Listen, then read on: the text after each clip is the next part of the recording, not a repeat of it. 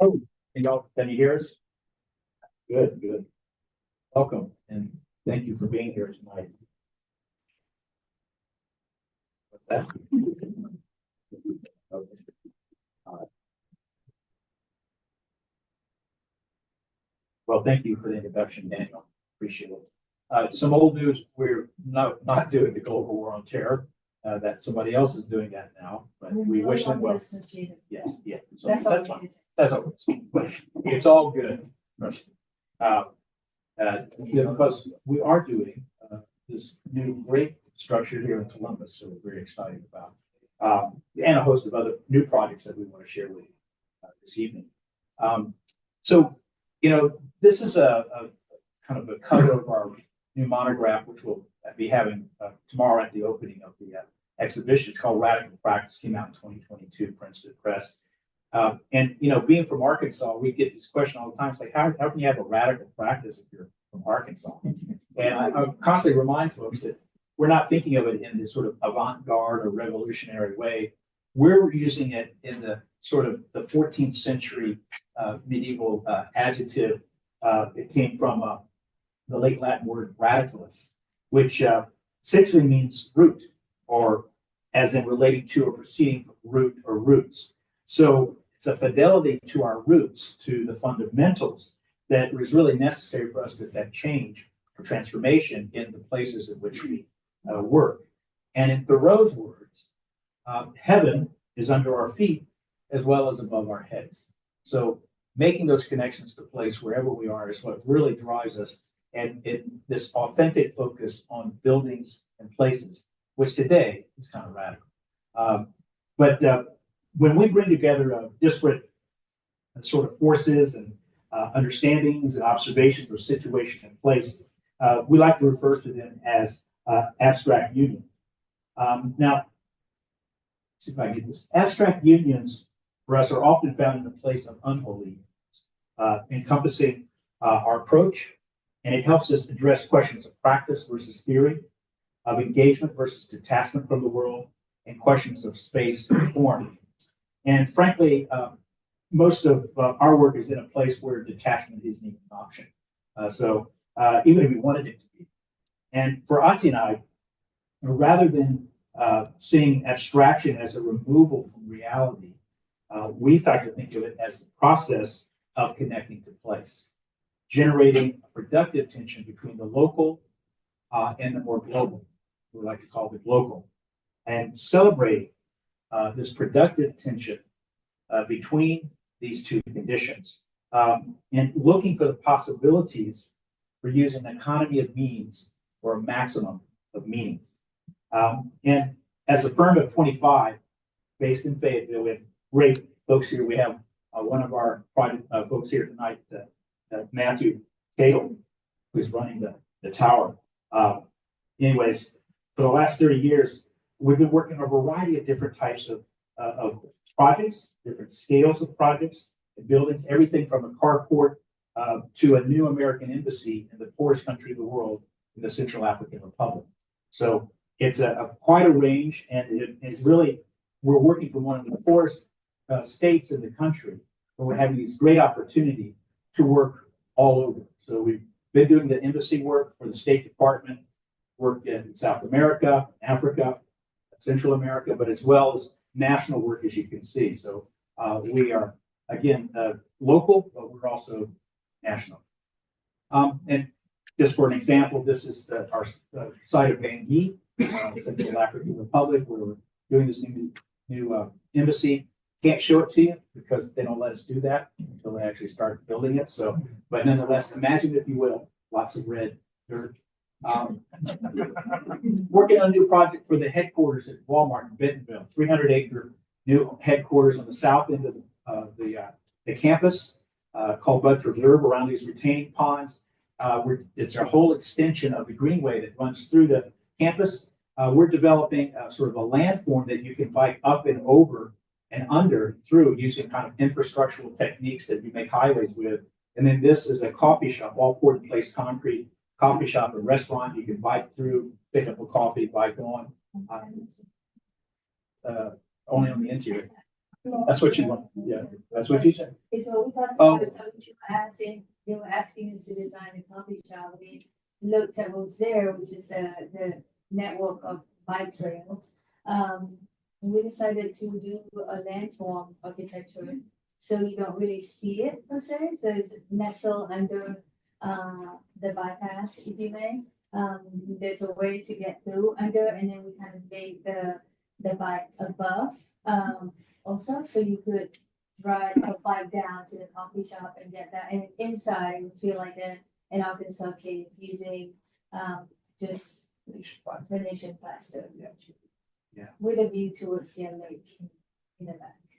We're also working on a new micro hospital. We're getting into healthcare as well. So this is an orthopedic sports medicine. Micro hospital sits in a 30-acre meadow, right in Springdale, Arkansas. It's all made out of brick, 1.5 stories as it moves down the slope of the hill. And we're really trying to think about this in different ways of kind of transforming the idea of the hospital into the hospital. And also to kind of we like to work with the topography that the site, in our area of Arkansas presents itself. So one of the idea of like trying to make it less hospital, more hospitable, or is to bring the idea of hospitality. So when you go in a hotel, like you feel like the lobby usually have places to sit, a lot of art and some colors. So that's what we try to bring in here. The idea that when you walk in here, you can't really tell that it's a hospital. So the injection of a lot of colors and textures, of course, all the things that you can use to still meet the code for hospitals, material and things like that. And also to bring the idea of being outside while you're in. So like bringing in the courtyard and trees and green. We all know that having light and views and particularly connection to nature, either directly or indirectly by just viewing, that always brings a sense of health and well-being to that. So that's one of the big method of design that we did for this building. And if I can add, we actually have patients that their recovery rooms are around the courtyard. So all of this idea about health and well-being is speeding up recovery. This is a kind of a new thinking about how to do that. So yeah, and we'll talk about, this is our office. 8 years ago, we realized that we needed to move to a bigger place, and we decided that, well, maybe it's time for us to find something. And then we found this in the middle of town, in the middle of Fayetteville. And what do we do when you have no money, but you have more inspiration? So what we do is like, we look at this, and this is a rectangle building, and it already have all this opening. So we just make do with what we have and use the opening into like kind of almost like a symphony of how we do windows. So like proportioning the windows, like the window in the back there, it's actually 3 different windows, but we connect them all together into one and wrap them around the corner. And then, what do you want to talk about the windows? well, it's just, we stole a lot of windows. So Royer, thank you, Marcel Royer, thank you, Stephen Leverance, thank you, and then and our own interpretations. But all of it is like, for $69 a square foot. And we decided to paint stripes on it to just kind of like to dematerialize the texture of the stone. It's ugly, we paint white, and then we're like, it's still ugly. So that's how do we kind of like create something, so we painted it. And we had one guy paint it. It took him 4 months by himself to paint the stripes. When he finished, so this is really beautiful. He goes, yeah. He said, next time I'll call you. You don't call me. But this is about how we connect to our place, how we kind of respond. And for us, place is the canvas and architecture is the medium. And it's shaped by the forces of nature and public life, very important to us, and in particular, local form. So we like to say we're an office that tries to do work in the place, of the place, for the place, and sometimes necessarily out of place. I think it's important to be a little bit out of place, because otherwise you get too comfortable. Yeah. And here, when you come into our office, you're confronted with the bear. And now the bear is this existential kind of figure and question, because when I was in high school, I used to be a wrestler, and our coach had this great idea one day that we would practice with a live wrestling bear. And so I had this very unique experience at 105 pounds wrestling a 400-pound bear that knew all the same wrestling moves that I knew. That was a disaster of epic order. I don't have time to tell the story, but it represents what we take on every day in the challenges and these forces that are larger than you, taking them on in a fearless, optimistic way, with purpose, like to do the things you do, to kind of stay on mission. So very important to us, and it's all part of this kind of idea of transformation. So I wanted to just kind of drop in. We'll start with a project that really embodies a lot of what we're about. It's a small Orthodox Christian church in Springdale, Arkansas. A lot of our projects come with cows. They were worshiping in a really rundown office building in Springdale, Arkansas. Of course, it was a very aestheticized form of worship, but had their icons and symbols and colors and so forth. And one of the parishioners had died and left them some money, so they bought about 3 acres out near the interstate, near some other churches. And with the money they had left over, which was about $100 a square foot, they wanted to build a new sanctuary and fellowship hall. And so they brought us out to the site. There was a house on it in this welding shed, this metal welding shed. They said, could y'all turn this into a church? I said, you mean like knock it down and build on the footprint? They're like, no. We only have $100 square foot. Can you turn that into a church? And of course, our hearts sank, and we were like, what are we going to do? We thought we could do on ground, like our version of the. Yeah, that was not going to happen there. Like So what we did is we went back to origins about what can we do that wouldn't cost much, and proportion and scale pretty much don't cost anything. So we went back and looked at the Greek proportioning systems from the beginning of the Greek church, and understanding that, we reconfigured this metal building into a new abstract figure along the interstate with its sort of billboard-like facade, and just using an off-the-rack box-rid metal system. It's got the symbols and the colors. We added a little bit of Corbusier on the canopy because I believe everything goes better with core, a little bit of core. Really, and then what we did is just make all the transition details at the edges and the perimeter custom, and sort of kind of flattens all of that out. How did we do it? Well, we added 10 feet to the front of the metal building to create a narthex that you can come through. St. Nicholas, their patron saint, you see the niche, you turn to the left and you get on axis east-west, or west-east, I should say, in the sanctuary, movable walls for overflow at certain times of the year into the fellowship hall. Very, very simple, straightforward, just left the metal building on the inside. And then cut a window in the existing building to let Eastern light in the morning. Iconostasis made out of bar stock metal. And then they wanted a dome. They had to have a dome. And we couldn't put the dome on top of the building because it was a pre-engineered structure. It wouldn't fit. You can't cut through the ceiling either. Yeah. So we put it in the plenum. But they couldn't afford the big fiberglass dome we expect, and the contractor couldn't figure out how he would build it and meet the craft that we would expect. So we were kind of stuck. We're in the middle of construction. And the contractor came up with an idea. He said, I have a friend of mine, retired metal worker, lives about 20 miles out in the mountains. He really loves beer. So for a couple of cases of beer, he'll give you this satellite dish. And so that's basically what we did. We took the satellite dish, we skin coated it in plaster, jacked it up on a scissor lift, and we have our dome. That's how we roll in our so anyways, we had this great phone call in 2013 from the Institute Honor Awards, AIA, to let us know that it had won an Institute Honor Award. So we're very excited. And they said, we were really stunned by the budget on it.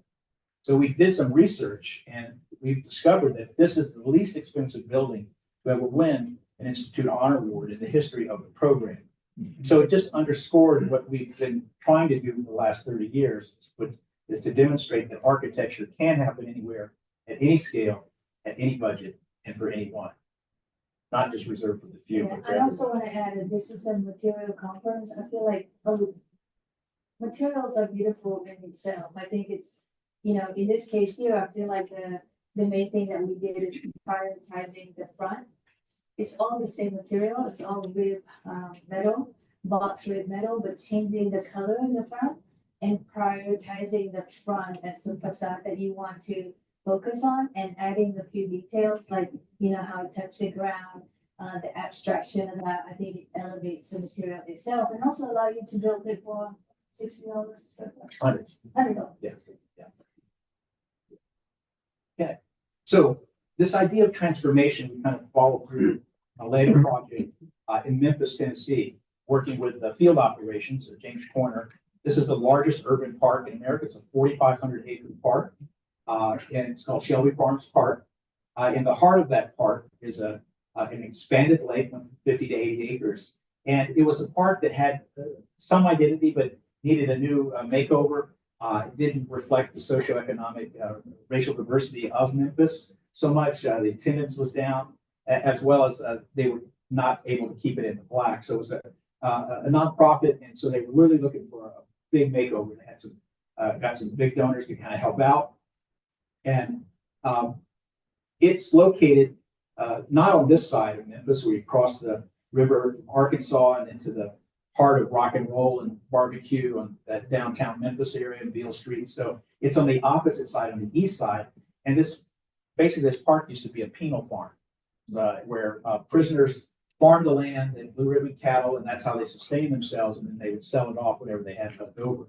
And so it ultimately that form of rehabilitation stopped in the 70s. It gave back to the county, and speculators started moving in to transform this, but not in the way the citizens wanted. And that's when they formed the nonprofit and started the park. And so what they needed was structures that could create new programming, new revenue, and spaces between to really activate the program along the edge of the lake. So there's about 7 structures we were invited to do that would deal with that. One of the things that we recognized that all of the structures were located in an old pasture around the lake.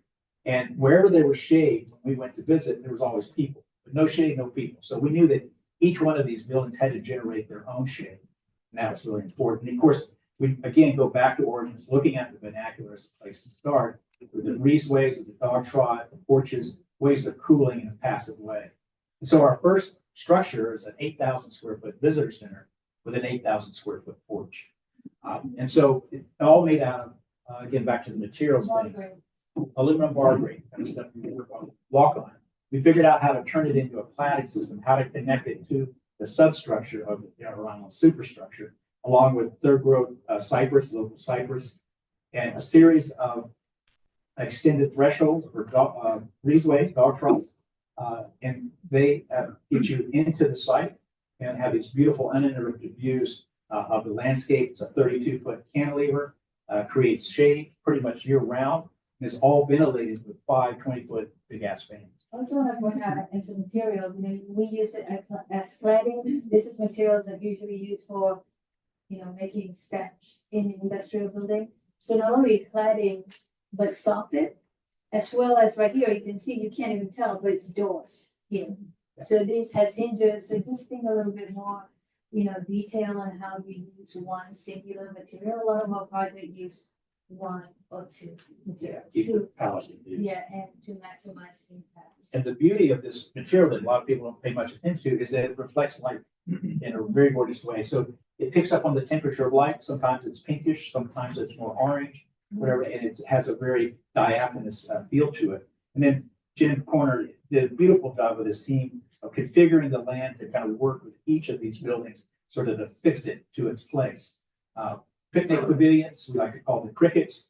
They use these a lot for family reunions. They're great shade pavilions as well. I think we use expressive characters to create kind of like his own identity. So we have many of these small structures, and the common connecting tissue with them is that they will be expressive in a way that are minimal in some way. So, and all is just using a single material, maybe 2, like one here, it's like they're all aluminum with a metal cladding, but like how we detail and how we embed within the structure is always about the visage or the silhouette of the figure. So that, the whole use of the material is about expressing the intended perception. And this one here is a lakeside pavilion, and it's used as a bandstand event, and they can use it where you could be on the canoe and watch what's going on, or on the other side, on the field side. And whenever it's not used as anything, it's just a structure that you can just linger And again, it's the whole idea of the expression of the space, right? So it's like, has very little, modern call it doodads, which is anything that's attached and extended. It's always, you still have overhangs and such, but it's always a simplified silhouette is what we're going for. So the restaurant conference center is a big feature here, but for 500, it's a big need in the community. It also has a great restaurant here. The big feature is an 80-foot deep porch, more seats outside and inside, and a low salon 10-foot high fascia here that knocks down the western sun and sets up these beautiful views of evening views across the lake, sunset views, really. And, you know, this has been open since 2016, and happy to report that their attendance has gone well over 100% improvement. Racial diversity, the socioeconomic diversity has improved dramatically, something like over 60%. And it's been in the black in the profit every year since it's been open. So it kind of underscores the possibility for design to strengthen institutions and help be a contributor to their transformation. So one of the things that we've been working on a lot, I've indicated earlier, is trying to get into buildings that are dealing with health, dealing with programs of health. We've just completed one. It's still doing the 4,000 item punch list. I think we're down to 350 now. So we're showing some photos of that, but it's on the campus of Crystal Bridges Art Museum in Bentonville, Arkansas. It's called the Heartland Whole Health Institute in Art Bridges, which is an institute really dedicated to whole health, life management, well-being, preventative health. What we have today is more of a sick care system than a healthcare system. And if you think about it, about 20% of your health outcomes are determined by going to the doctor, surgeries, treatment, right? But the other 80% is really determined by social and lifestyle choices. And so this is trying to get rethink how we deal with healthcare. So it's located in the bottom of the page in the red around a ravine. And this idea that this campus could be an intersection of art, nature, architecture, and health. There's now a 4-year medical college being built. It'll be open in August. An accredited medical college is part of this as well. And then a new parking garage that also has its own cross-programming, all in resonance with the existing field. So there's ravines here across the topography. These Ozark topography really helps shape and kind of describes how these buildings begin to interface with the topography.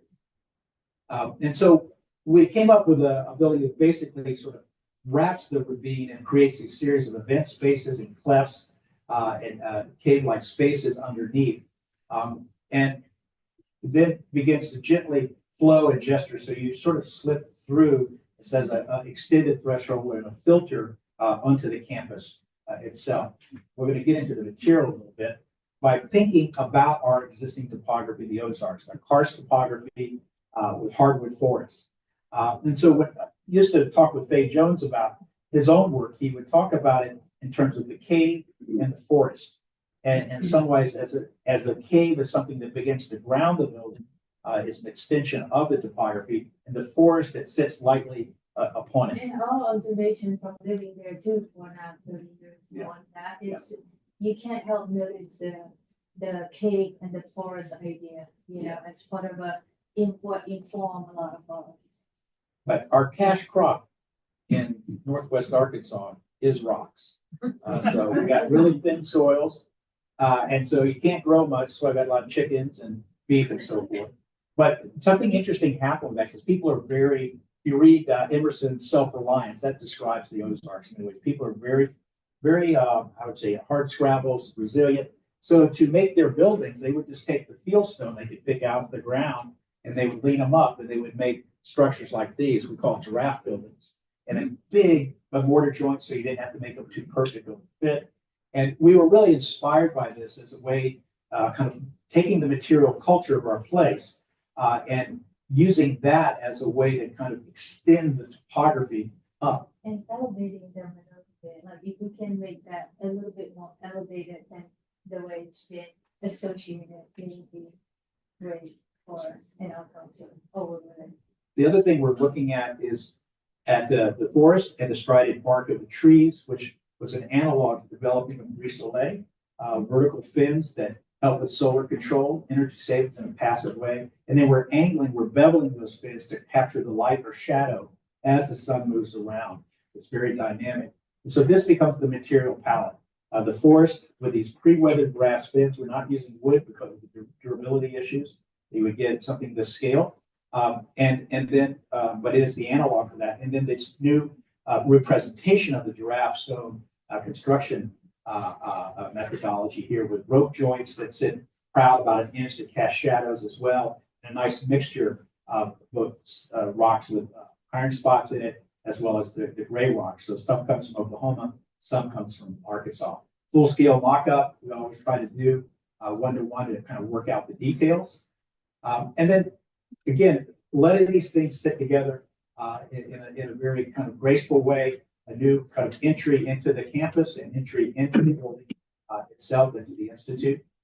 And there's a community room and your gesture towards, so you're walking on a pathway journeys or biking on these pathways. And then up above are the offices for Whole Health and for Art Bridges. Art Bridges is a national institute too that is about taking art out of the archives and basements of museums, getting it into communities, and getting more, collaboration between museums and exchange of art. And we know we wanted glass on the office level, which is level 2 and level 3, but they unfortunately face east and west, which necessitate us to have vertical fins in order to help mitigate the light and glare.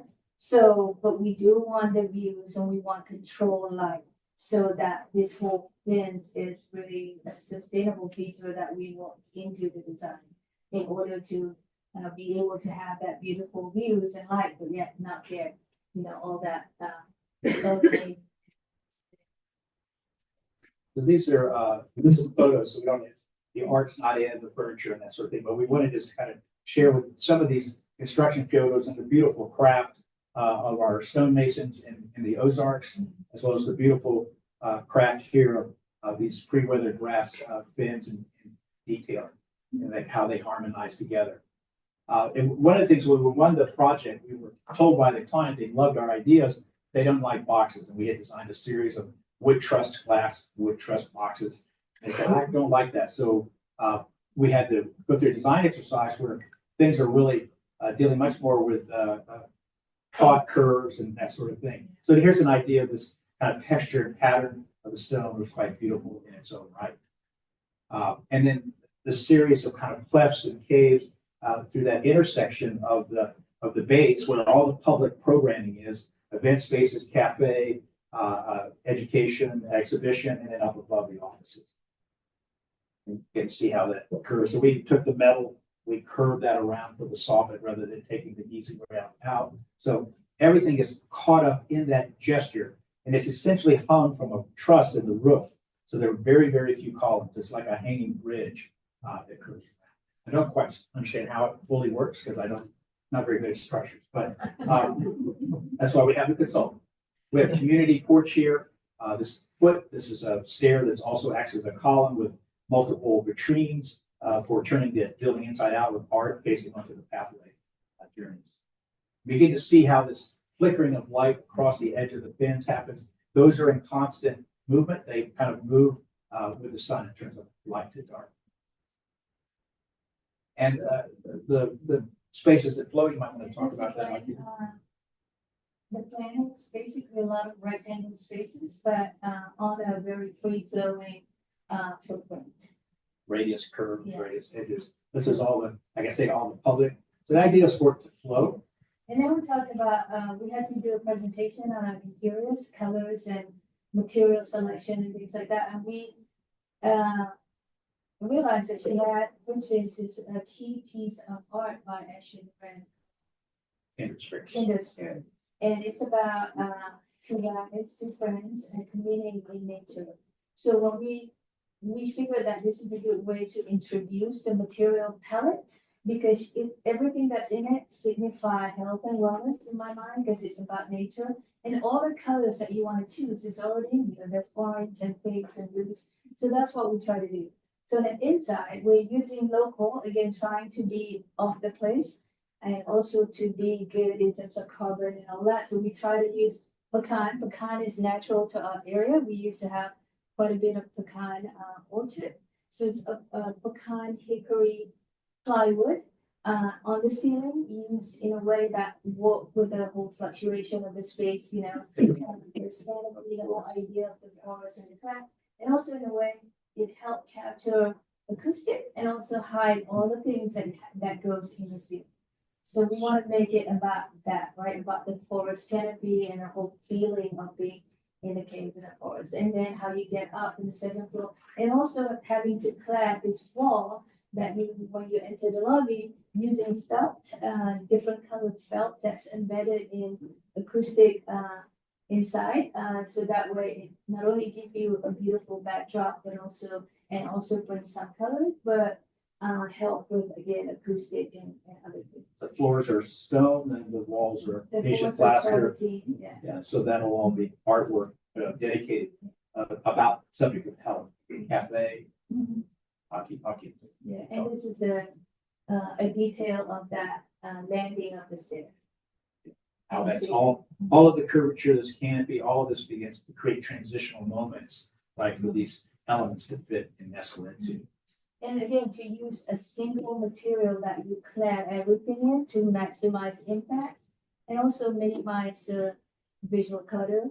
In my mind, if you have too many materials, so like be real succinct about how you select the material and use it.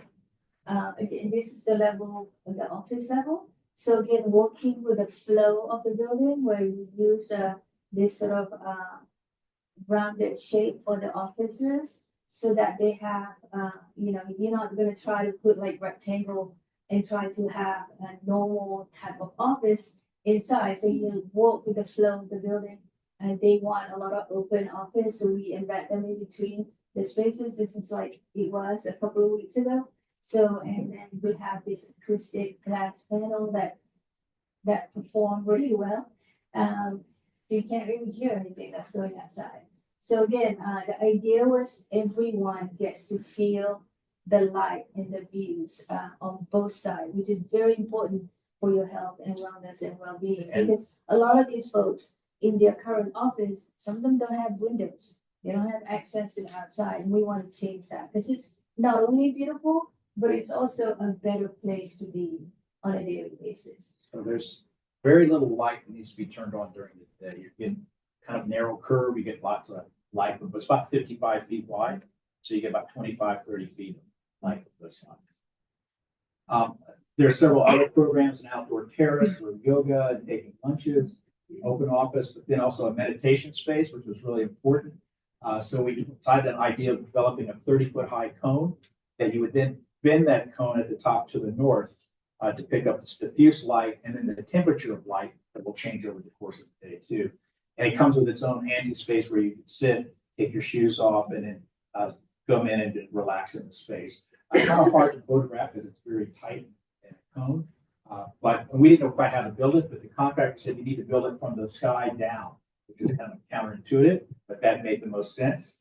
And then, of course, wrapped it and then coated it in the plaster. And so you don't see the sky, you just see the illumination and this another kind of vertical cave that begins to touch the sky. Carpet, I want to talk about carpet, thinking about material. This is all wool.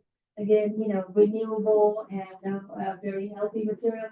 If you see those dots in there, there's a white sheet, black sheet, brown sheet. So there's really no color to it, just different woolen that we use to create the pattern.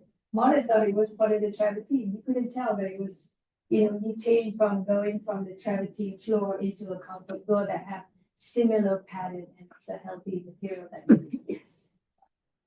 So that sort of pretty much kind of wraps this up in a way, and it's a kind of new, robust figure, but also something that I think really talks about that intersection of art, nature, architecture, and health, and how those things, the synthetic way, can create a greater sense of well-being and healthy. And part of the radical practice aspect of it is like we feel like how our building engaged with the ground and the sky. So it's like you look at that building, you think that it started from the ground and then it kind of goes up.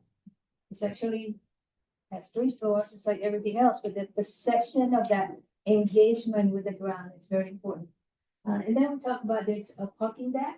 So when we built that building across the street, we displaced parking. There must be about 400 parking, and they realized they need about 800. So they asked us to, as part of the building commission, to also build a parking deck for Crystal Bridges. So when we were given the commission, we were like, so you want 850 parking, right? This is a parking deck. And they were like, yes. And then we thought about it and we thought about it and we're like, how about if we make it a threshold into this new playground that they have? Plaza and also the ground, because now Crystal Bridges has a lot of event in the forest itself. They have a nighttime event where they have light shows and things like that. So we asked them, it's like, would you want this to be not only like where you park your car, but the beginning of your experience? How about we turn this into, without much more intervention, but like maybe create a deck, you know, like, yeah, and then we call it a proscenium where you can not only look out, but also have maybe, you know, music up there. It can be down here in the plaza. And they thought it was such a great idea. So it was now from a parking deck turned into something else. So it's a proscenium now for all kinds of things to happen. This is actual art that they put up there.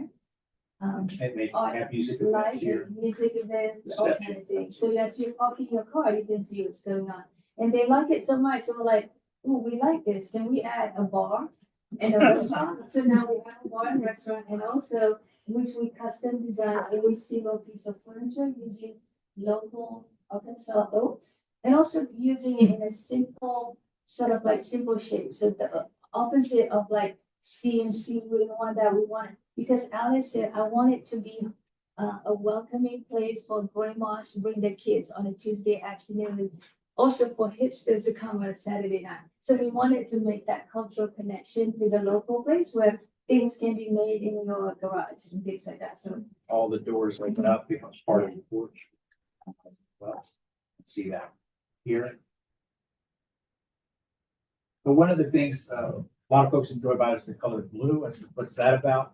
We've been working a lot with Sherwin-Williams and PPG codes, looking at muscle cars and how we can get automotive body paint as a kind of one-of-a-kind color for these metal buildings and more in panels.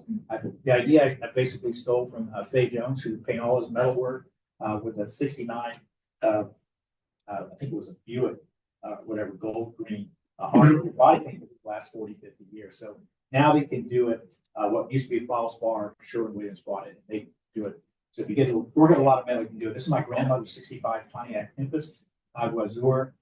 We pitched this, and that's what it is now. So that's Agua Azur automotive body paint. Makes a beautiful thing in the day, and then at night, the beautiful lighting programming. This thing just pulses, and it's got some moves with the light during the evening. So it really comes alive. So the idea is to have an expressive character during the day, but also something transformative. So it's been another big player again about this idea that anything can now be part of a discourse around art, architecture, nature, right, and health for that. So this idea of transformation of places, it really came home in a project that we recently did in Detroit for the Kresge Foundation. Started out as a rather sad story. It's a African-American liberal arts college called Mary Grove College, located in 6 Mile in Detroit, that had to close and lost enrollment, got in financial trouble. That was in 2016. So Kresge stepped in and decided to take over the campus and repurpose it as a cradle to career campus. From the time you're born to you're 20 years old, you can go to school here, 1,000 students. And the cornerstone of this new idea was to have an early childhood learning center, which is really the cornerstone of lifelong learning, right? From infant up until kindergarten. So a one-story building, 20,000 square foot, because it could be multiple levels because of the age of the kids. And it had to be something that was inserted in and next to these collegiate limestone, Gothic, Indiana limestone, I might add, buildings. And so we're basically working with a map building. So we decided to carve a series of courtyards that would create light into the building, but also create controlled places for play and learning, places for socializing, places for fellowship as well, and for work. And so that really begins to animate the project. And you can see how it sits on this campus in the whole neighborhood of the Livermore Nichols neighborhood. Just simple single family dwelling. So you can come from either side, either by car, the lower half, or from the upper part in the grove. You can walk across from the neighborhood with your child. And one of the things that was very important to the community that we got community engagement is the desire to resonate with the existing buildings, but not to have monochromatic building. No all stone, no all brick, no all metal, no all copper, none of that. And also to speak of the new technology that material can be used. Back then it's always the very right. What are the ways that we can still do material? In this case, it's terracotta. It's a raised grade system, and how we could manipulate that to take advantage of the architecture.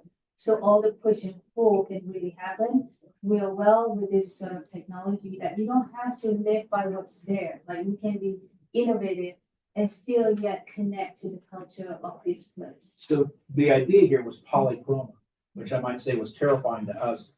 Take the color out of the building and stick it on the outside. And it's like, you can see how I'm dressed tonight. It's black, but so we thought of this as a coat of many colors, almost a patchwork, a quilt-like envelope.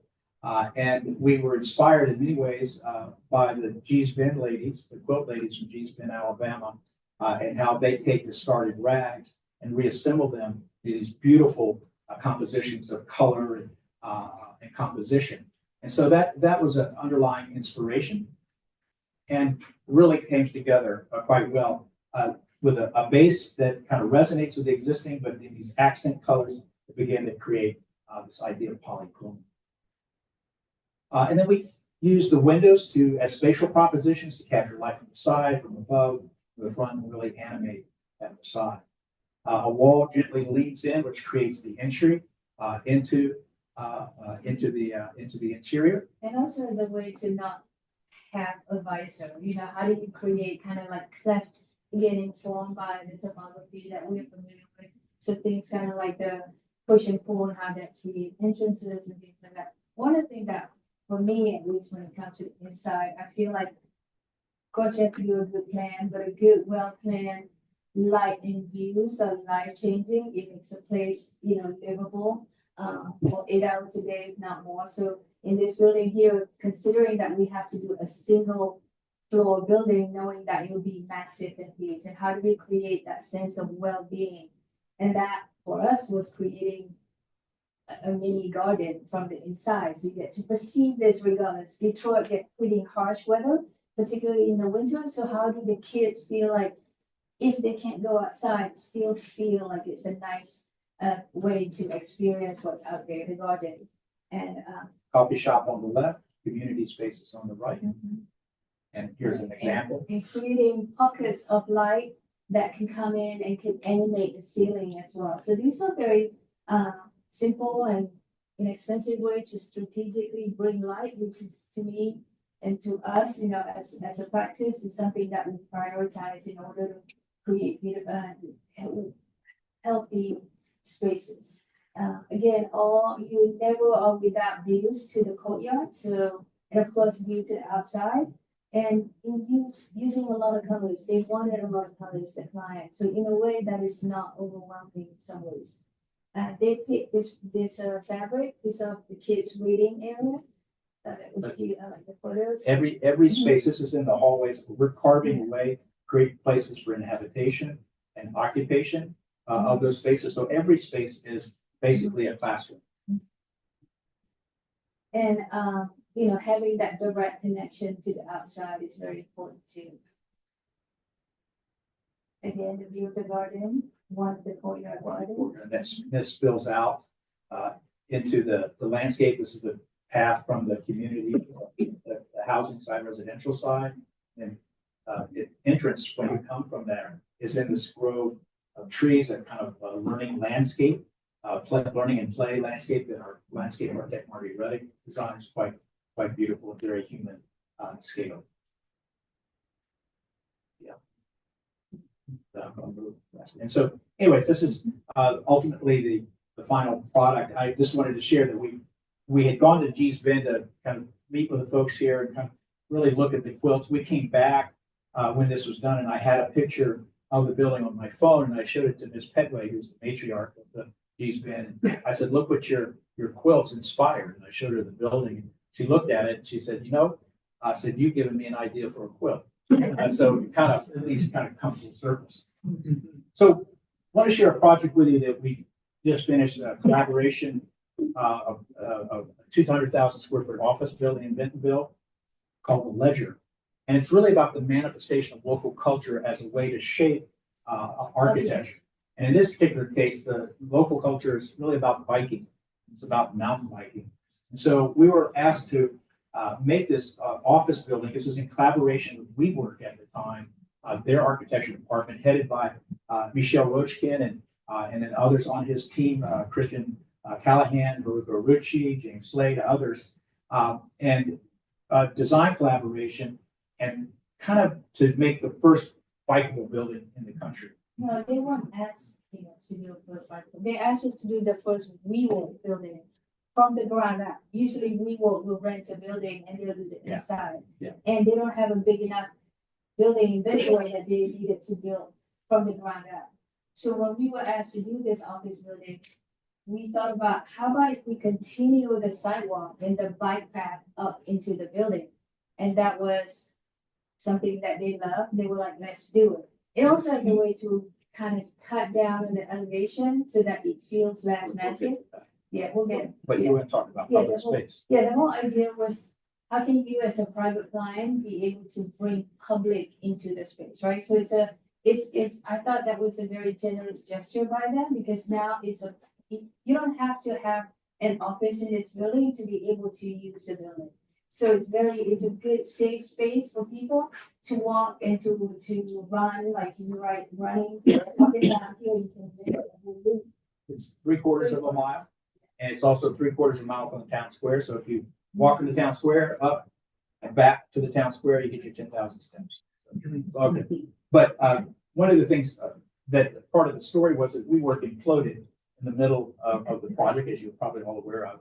And so the whole architecture department. So Michelle had his own firm already in Mexico City, and Christian and Ruka formed their own firm. So the three of us all dedicated ourselves to finish this project and get it executed in the middle of COVID. So it was a big challenge, but a really good success. And series of terraces up and along the way, and several areas. So this kind of clefts again, a parking garage with big public art, that local bass. Single material, all copper and glass. Yeah, very simple. And then what Ati was talking about, the kind of the zigzag creates a stair step, some interesting space at the inside, but it also really scales the 6-story building away from the street. So when you're on the ground level, it feels like a 1-story or 2-story building. This again portal into the. And we also wanted to make sure that we would see it from the inside. We can see the people biking, and then when people biking, you can see what's inside as well. Yeah. So it's like it's not disconnected from the bike path from the inside and vice versa. Very animated interface between public. And it's been a really huge success in the town. We didn't know if people actually use it. They use it all the time. And they have the first Friday, and there's hundreds of people up there. They have all kinds of events that are now taking place, not so much in the building, but on the building. Of course, there is a whole ecology of co-working spaces on the inside, but it's a wonderful demonstration of what a public-private partnership can produce. And then it comes this lantern in the evening. So there's this project we've been working on for about a year that we're really excited about.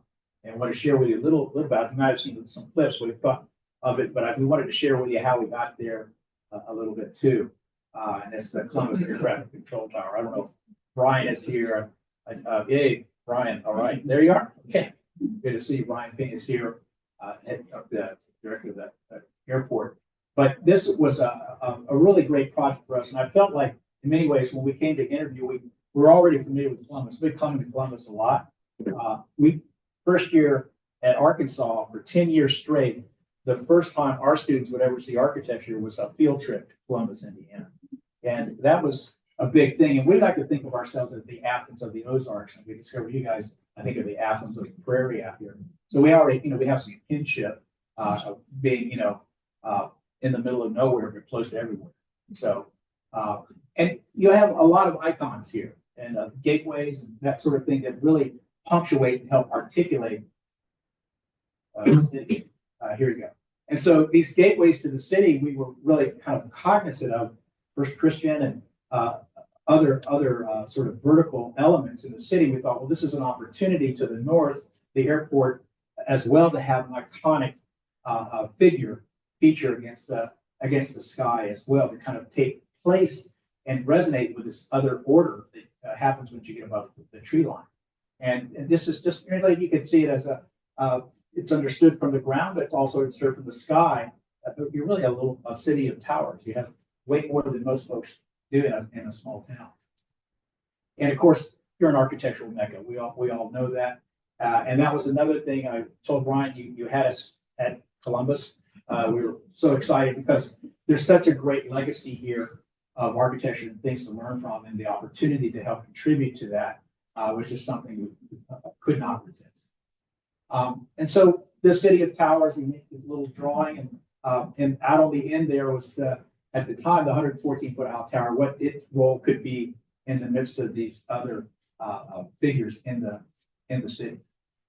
So the airport, I think, is really unique here from a lot of airports you see in a mid-sized city. It's an evolving community asset, and it's a role that's much greater than the airport itself. And I think that comes from vision that Brian and his team have brought, and other players here. It makes a great economic contribution to Columbus. A lot of things are being generated here in terms of businesses, schools, and so forth. And it's a great place too. It's got some great stories here, which I know you know them better than we do. But all of this was sort of kind of informing how we were thinking about how we would approach this project if we were fortunate enough to get it. And what's beautiful about this too is that there are all these different programs that are happening connected to the airport, but the Renaissance Fair, the 4th of July, maker spaces, all of these different things create the vitality in this new center of really a vigorous sort of community up to the north. And so Ivy Tech and IPU and all of these folks beginning to gather around the center. So another great opportunity. And design, of course, an air traffic control tower. Ian Pei is probably the one you think of most. He's put his imprint on this. It's really an exercise in form and figure and just pragmatics in terms of how you actually make it work. The function of it is absolutely critical. We are also looking at something FAA commissioned, which is what if we just standardize all air traffic control towers, made them standardized, prefabricated, dealing with a lot of the issues like design for wellness and recycled content, all the environmentally sensitive things that we're all trying to do. And this could be happen all over the country, and these things would kind of adjust to the scale that they needed to adjust. But that's not what we thought we should be doing. The thing that makes Columbus unique is the fact that the architecture is one-off. It is singular. It is something specific to this place. It is iconic, most of the work. And we thought this is our opportunity to contribute an infrastructural project to that. So we started sketching. This is a few sketches out of hundreds of sketches that we did, trying to think about what that would mean and what that would do. Think about how the tower makes the ground turn into a little boot. Well, we're just trying to think of all these different issues, and if you're designing, you get carried away. Sometimes you get into the realm of the absurd. You have to pull yourself back. This is an example of that. We couldn't resist. It was around pretty close to Christmas time, and Brian was a good sport. We thought, well, the Christmas story's playing. Why not? We'll get a lamp with a leg. We were inspired. We were inspired. That's right. But I mean, and then modeling all of these different variations. When you go to the exhibit tomorrow at the opening, you'll see a lot of these. I don't know if the lamp leg is there, Matthew. No, it's not. We took that. Okay. Anyway, but something began to click in a sketch here. Just a simple figure that had that fugitive nature of the silhouette and profile against the sky. That and this idea of a series of fins or series of wings or tail wings. I don't have all the inspirational photos of that, but that sort of kind of struck because we knew we wanted to put public programming. This is to be the first air traffic control tower with public access into it as an educational experience. And so how do you begin to allow that to happen outside of the normal sort of vertical tower? So we began to kind of test how you would program that and then slowly develop something that would clearly rise above in many ways than one, just in terms, not just height, but in quality and experience in the day-to-day work life of the folks working here with this new tower here. And so that synthesizes the program, the form, the figure, and the material, the system of articulation, all made out of stainless steel and aluminum, the kinds of materials you would find in planes and such, and really set up a new figure to take place with these other wonderful towers and figures in the city of Columbus. And the beauty of it is it has a public green. This we've kind of illustrated the Renaissance Fair, but that whole green space is something by its very nature is public, and invites the community in. This is another run against the new against the old here. And we're currently working with Zahner Metal work to figure out how to standardize the construction and actually prefabricate it in shop and then bring out the site and snap it into place. So you see all the different parts and the fins that are happening, the section, and then where it gets wider in the middle is where that more of that public access and programming can happen. You won't go up into the cab, but you can at least get up there. And then you begin to kind of get a sense of this as you move around it, glass in between where we need it, in between the fins. Creates a lot of nice light, baffled lighting there. And just kind of to show the break room, briefing room, you can imagine students coming up and having this beautiful window to look out over the airport, planes land. So you're simulating in some ways what it's like to be in air traffic control in this particular space. You begin to see the different, the way in which the outside begins to shape the inside, light from above, the side, really, I think, powerful and interesting spaces and interiors to occupy. And we're getting close to finishing up the working drawings and then getting it out there into the bid market and hopefully start construction very soon. Exciting project. We want to thank you all for the opportunity and the privilege to be able to work on this project. It's been a delight working with Brian's team and working with the city. So a couple of projects and then we're done.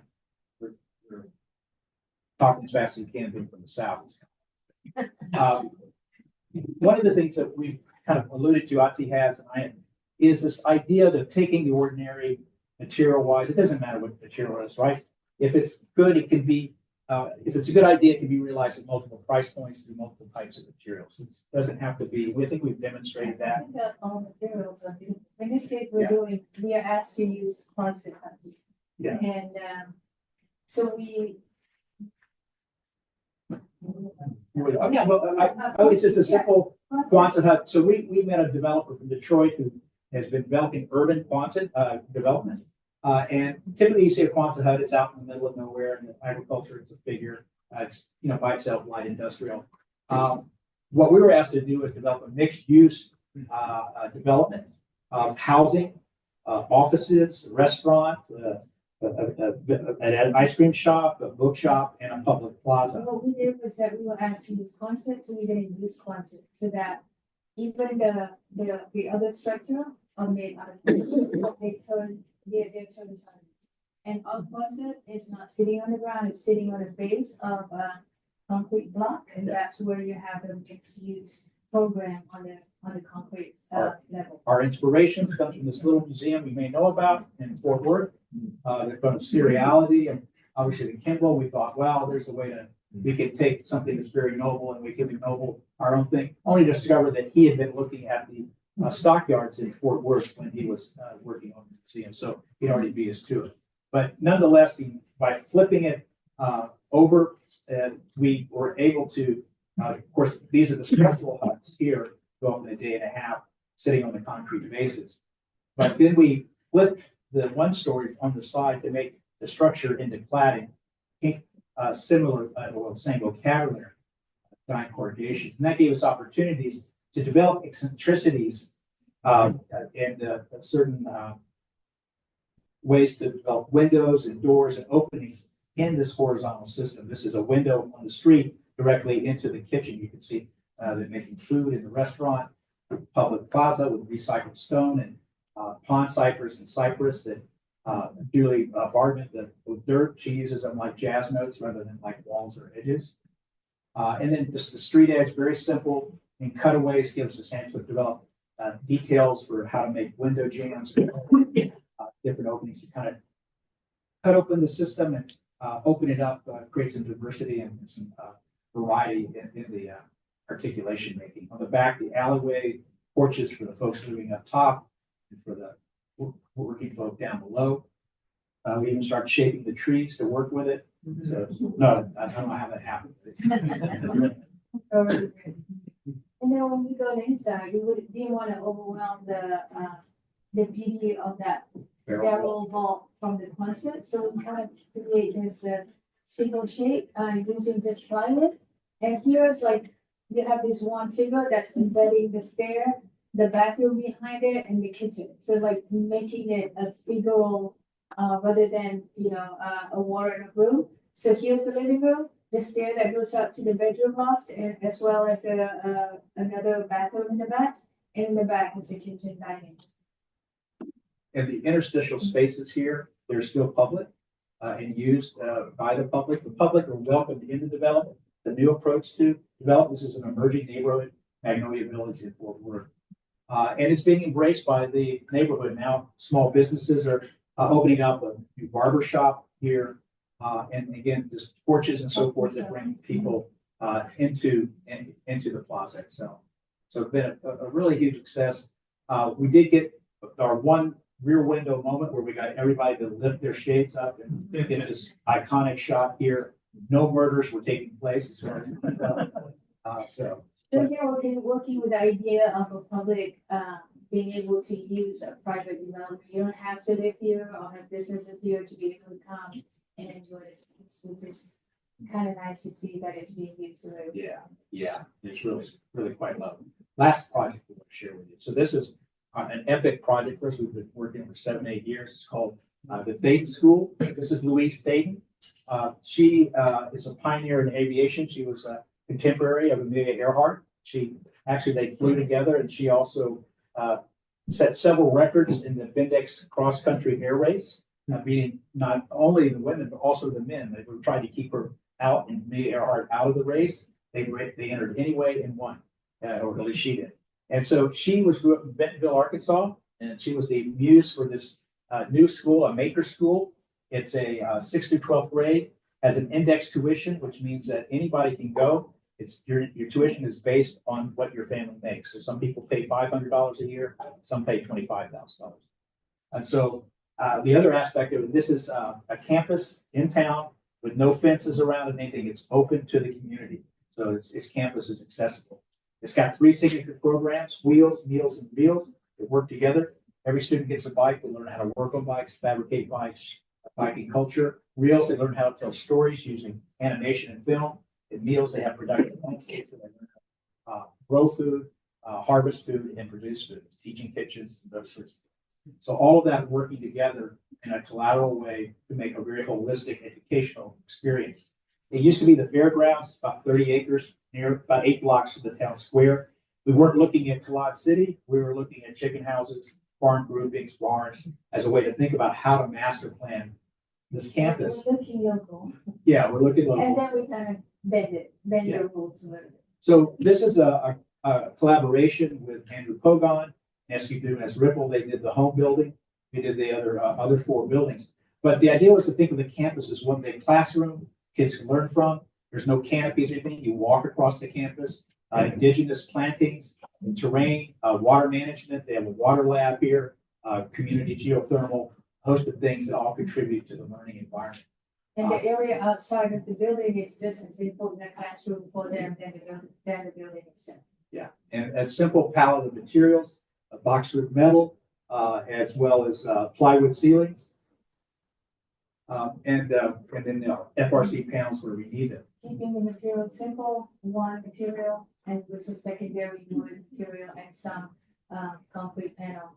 So we're using a pitch and roll on the roof, the way you guide a plane, to create sectional variance and difference. The inside, rather than a school with all the rooms systematic and the same, every room, every classroom is different. And then folding the roof the way you do allows you to get natural light into the middle of the school as well, which is quite nice.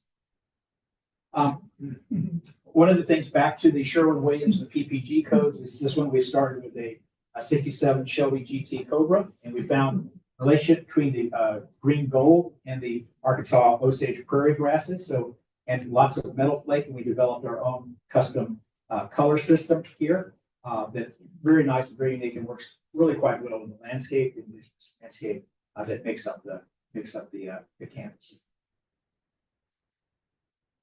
Cutting across these inflected linear buildings are a series of breezeways.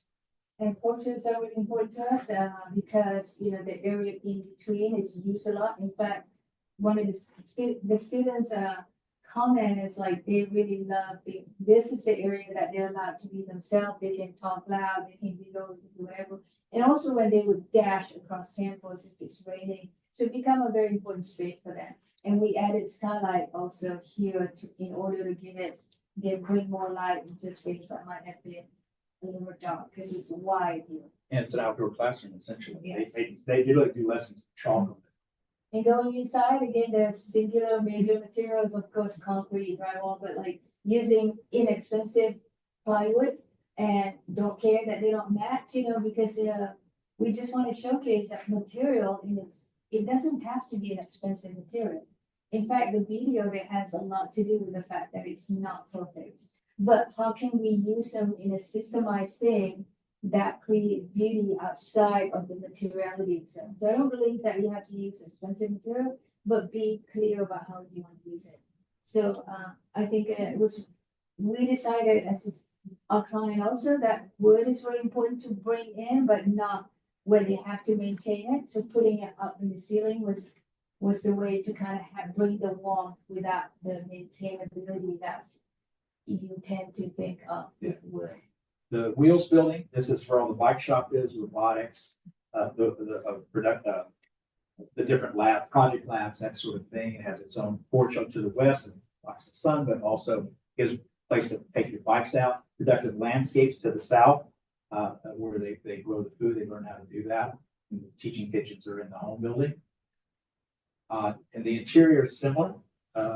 Plywood within these project labs in the hallway, in collaboration spaces, whatever they produce is exhibited in these latrines that also make up the columns and lights of the space. Yeah, every building has the approaches. So this is the bike lab, and they can open the garage door and service your bike. You can come on a Saturday and have your bike serviced by the kids, and using inexpensive expanded metal material that we use at Shelby Farm. In this case, here it's colored, it's painted to match the green metal. Expanded Yes. metal. So we're also doing a performance building here. This was a pretty unique building with a 300-foot long loggia. The actual what's on the corner is a public space that people can access, and then this urban edge. So the idea is we're not really in an urban condition, we're in an urban pastoral condition, so we have to put the building on the corner, I think. We wanted to put landscape in the corner because landscape here in this campus is just as important teaching tool than the building itself. So it was fitting to do that. Not to be outdone. rather than the Shelby GT Cobra. We're using a 71 gold green Camaro here to develop the color palette for this particular envelope. The stage is at ground level, so they in the wood shop they make the sets. They roll them across the just right across the campus from the wheels, and then in here the rake of the auditorium is also reflected in the kind of sectional elevation of the performance center. There is no lobby or anything. The porch is the lobby, and it also is public reception. So there, the community also shares the auditorium. And these are just two different colored metal, so they're not terracotta. It might look like terracotta, and we use a system that you can call out in the elevation. So like A, B, B, A, C. You know, if you wonder how you can code that on the walls. On the inside, again, we've never really used blue, even though blue in this campus, even though blue is the campus color, we use it in upholstery and stuff like that. But here's the opportunity to use the blue in a way that is impactful. We have no lobby per se because of budget. So you're coming into the space that has it saturated in blue. And then you go inside, and the performance venue is all in local Arkansas Red Oak. Right. And then in contrast to that is a beautiful window, a monumental window with hand trowel plaster, soft curve that bends the light around you out. In contrast to sort of planar sharp edges of the folded plywood. It makes a nice figured window, a nice backdrop to the campus. So the last building I want to share with you is the barn, the bike barn. They are called the barnstormers because Louis State used to learn to fly by flying through barns. And so their owl is their mascot. And anyways, they wanted a gym, a bike barn. They wanted it built like an old Ozark barn. So this was our interpretation of that. I told Clayton Marsh, the headmaster, I've been working this about 30 years. Our idea was to build a barn that was off the grid. So it was naturally ventilated, breathes through its skin, through its ventilating dormers. It's located along the soccer field and also adjacent to a bike pump track here with these ventilating dormers. Every other window pops open to create the chimney effect. All the doors move, big barn doors move to actually get ventilation through as well. And it's all wood, just painted red barn wood and then carved away for the porch. Talking about material, here we use only 2x. Well, 2x, 2x4, 2x6, 2x12, and then in between this, the trusses, we use metal plate in order to kind of get them together to be able, yeah. But my punchline is a good one. We were, mass timber is really big. We're one of the leaders of mass timber at the University of Arkansas. We didn't have the money for that, so I told the dean, couldn't use mass timber. We're using a mass of timber. So there's all ganglion trusses at local truss manufacturing. You can see the outline of the old Gamble barn, Ozark barn, and then we expand outward and upward to capture the new program towards the mezzanine, the ventilation. We use the Gamble barn is to start with, and then we transform it to make it. So, and then the decision to use, in repetition this wood, so you won't see any metal and any, like in the rail, for example, there's no metal rail, there's no cable, just using 2x and cut them in half in order to create this. Yeah. Maybe flip them around, back screw them, so there's no waste. So we're trying to think like a farmer would think to kind of get this all to work together as an integrated system. You see that our big victory was to get all those boards straight, things of that nature. So a lot of small victories here that added up, I think, to a big one. Opaque during the day. Our lighting designer worked with us so that as the sun sets, the lights slowly come on and it becomes more translucent. And then as it sets over the horizon, it becomes transparent, that type of beacon for the campus and a great lantern for the community. And I'll leave you this with Eudora Welty quote. Perhaps it is the sense of place that gives us the belief that passionate things in some essence endure. Thank you very much.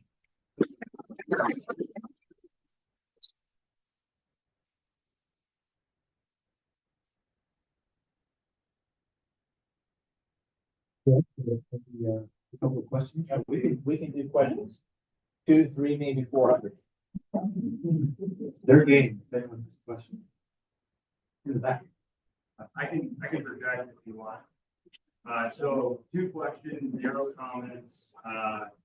For insulation with your fund, I'm sure there's a lot of ways to do it. How do you insulate the roof? So there's a series of standoffs that come with the system that allow you to attach. First of all, you spray it in, and then you attach your finish to those standoffs that like we're in the studs, right? And that's how it's done. So you're just creating a lining of insulation. Okay. So that's how you go. Okay. And then the other question was with the trussing for your barn. Did you take inspiration from like English style or Dutch style? Like there's a lot of barn building styles, like imagine you research. No. Gambrel was our inspiration, and then Gambrel barn, Yeah, Ozark barns local. tend to be more gambrel, Yeah. and Yeah. so that's where we started. With again, like I said before, we'll start with vernacular, but we never end it. And we always try to be gently transgressive, so to speak, to move it beyond that. But we were most certainly inspired by that. And so again, it gets back. We didn't really mention at the beginning, but a lot of our work we think is a task of recreating strangeness. Strangely familiar. So Yeah. like you kind of think it's like I've seen it before. What is it about it that I kind of remember? So it's like a familiarity, but we also want to transform. Yeah, it's a transmutation. Transmutation. So in a way, making it a little Yeah, weird, like yeah. it's our own kind of way, language making. Well, it's how we get expressive character out of basically boxes. Because we're not, the parametric not going to fly around, and nobody can build it anyway. So we've just been happy to be the, try to be the kings and queens of dumb boxes. Thank you. Thank you. Yeah, another hand. Oh, there's no. I'm curious, the places that you create, so diverse so long,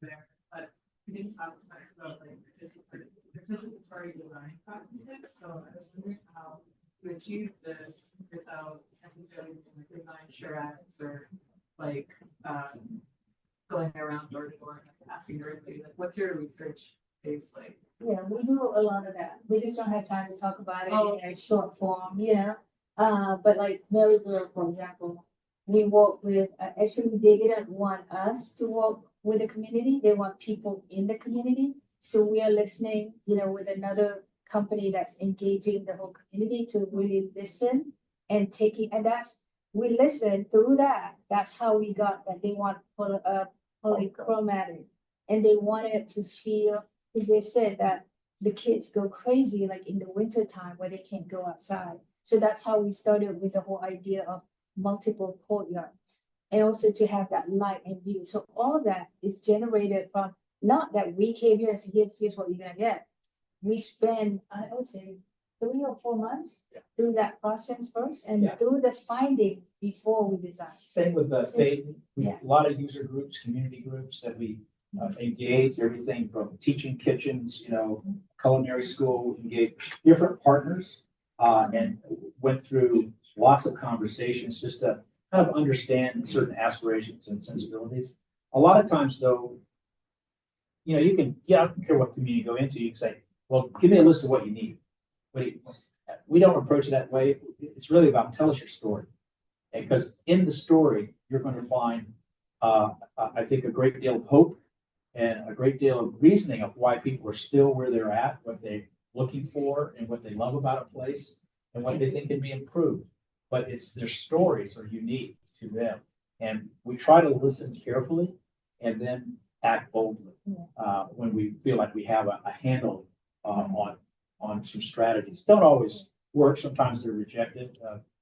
Sometimes they're embraced. But ultimately, we try to get some degree of consensus. Not like I like the look of this or that. It's really about what does it do?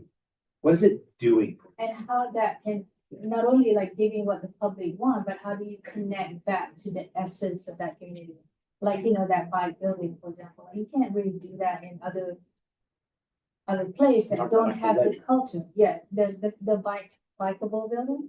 It only makes sense in Bentonville because they want it to be the premier mountain biking location. They have hundreds of miles of trail, so that having this one building, being able to bike up and being able to see the whole town from your bike, that's like, they bought that right away. So it's like, we didn't suggest because we wanted to be creative or big move, like big move like that. But it's like really has a lot to do with the culture, connecting again to a sense of place. What else have we? I don't know, let's go to the question, another question. Had somebody raise their hand back. Hopefully that answered the question. There was something. Thank you so much. Fascinating presentation. Thank you for sharing that with us. Something that I really enjoyed about some of that project was that the light coming through the building to outside, and the project was working like a lantern for the surrounding environment. So I was wondering if that effect is something that you might consider happening with the tower as well. And also the other question that I have is, how did you come up with the idea of the shape of those frames, their angles? In the tower? Yes. Well, I didn't show those images, but what we were looking at were tail fins, wings, and just sort of, you can't make it look like a plane and all that. In other words, a lot of people have seen, so it looks like a transformer. Well, we didn't intend that either. But But we went with it. We kind of like that idea. but we was trying to make something that felt somewhat aerodynamic, but in an emblematic way. I think we could have shown a night rendering of it lit up. So we're working on a lighting strategy now. So I don't want to show anything until we actually Brian approves what we're doing. But getting the lighting between the fins is something that is part of the strategy. So it will light up at night. Yeah. We have to be careful because they're working until I think 10 p.m. up in the cab. So you don't want to overlight it or get some weird, strange glare bouncing off of a soffit or something like that. So Yeah, because we still have to adhere to FAA Yeah, regulation. So there's a lot of things that you can do creatively, but also as long as you don't, cut into what you need to do with FAA marks. But I would love to see the tower pulse once in a while. Yeah. But like, the whole curvature, like if you see the sketches, like initially we were drawing it with sharp angles. Yeah.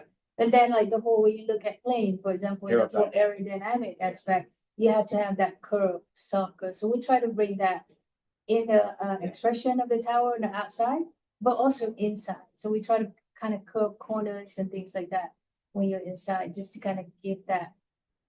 It's a question of something being felt as much as it is understood. So it isn't just a visual thing, but trying to begin to develop these spaces where you feel it as well. There isn't just a dichotomy between outside and inside. And also, like, if you look at a lot of our projects, like we try to look around us, like, right, it's appropriate to look at like where we live. You look at Dayton School and start with the chicken houses because of the length and how, but that's not how we end, right? You take that and you start bending out of necessity in order to get light and views and not attaching things. So how do you break the volume in order to maybe shave angle? For a lot of time is by working sustainably, like to make sure that you're not catching the light on the west side. So you kind of got angled a little bit. So then breaking that and using that break in the ceiling also in order to get like clear story and light and things like that.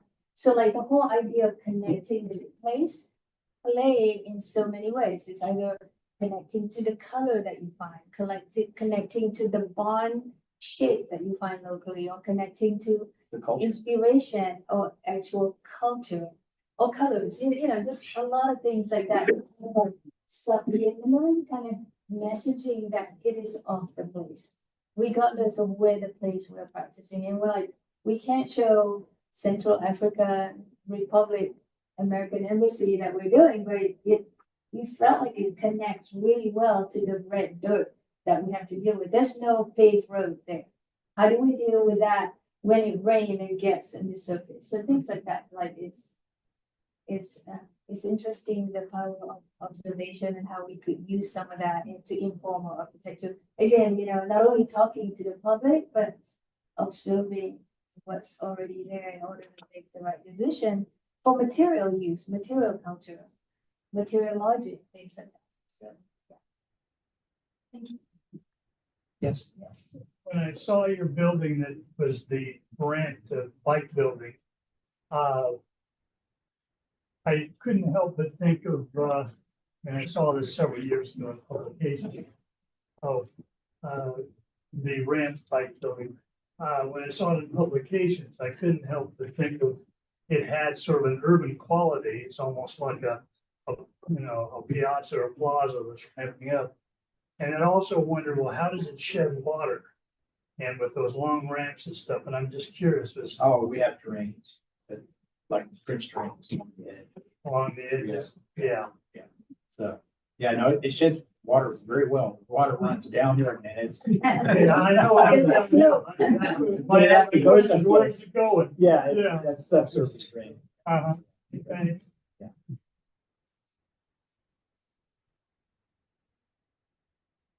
One more there. Small question. So I was noticing with the school in Detroit, the buildings around them are very like traditional, they're limestone, they're kind of stuck on the landscape, and yours very much like blends with the landscape. I was just wondering, how do you start with an approach that blends something new and something cohesive with the landscape itself with something that's contrasts so much? Like, how do you approach that initially, I guess? Well, we do a lot of research. You get it to the point where and it just comes out, right? You're synthesizing a lot, and there's a lot that's going on in your head, and you have big soft pencils and start iterating, working through it, trying to capture something of the place. This back to Eudora's book, the sort of enduring aspects of a place. It also is born out of programming. I think programs unique for that school being one story. I will tell you this: our first schemes were that, and they were rejected because no, I think that's going to cost too much. So we had to do a flat roof with a series of beacons popping out, which we did dutifully and made a nice building. And then we were told that, oh well, we don't think you've hit it out of the ballpark. We think it could be even better. I said, well, yeah, I had something at the beginning. Yeah, I said, yeah, go back to that. And we had one courtyard, and then the head of the foundation of the Kresge, he was like, well, I think it would be better if you had 2 or 3, because then courtyards could lead you around through the building. And I said, yeah. And then the CFO about came out of chair, but that'll cost a lot of money. And the head of the foundation goes, yeah, but we're a foundation. We can do that. So, what I'm talking about is luck. A little bit of luck too helps as well. But being able to synthesize all of that is what we're doing. That's what we do every day. It's why we call it a practice. We're just continually practicing that. But we're trying to do the things that I just talked about. Capture the sky, capture the ground. Think about how people engage the building and what's that sequence through it. And so all of that, and then at the same time, resonate with what's already there, right? And that's where, at the insistence, we did 150 different palettes, color palettes, 150 of the terracotta. But they kept pushing back, saying it has to resonate, because some of these things were wild, like kaleidoscopes.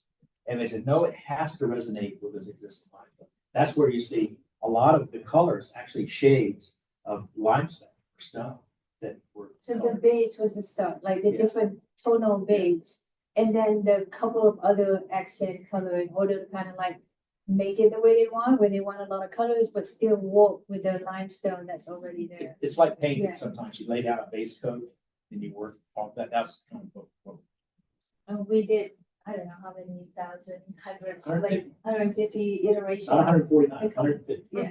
Much. I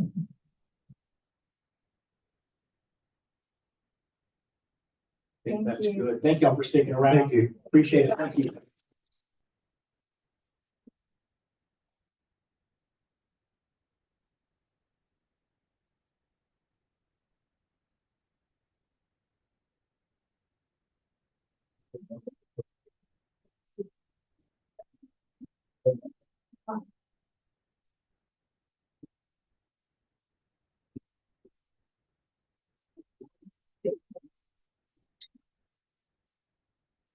Oh,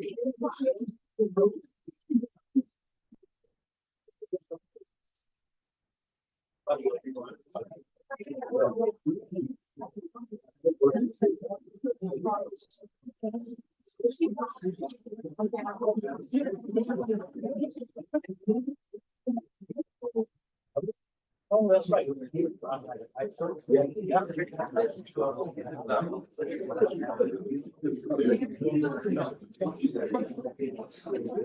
Hi, everyone. The cash bar is open. Due to some immutable equipment complications, drinks are on the house. So have a drink, mingle. Yeah.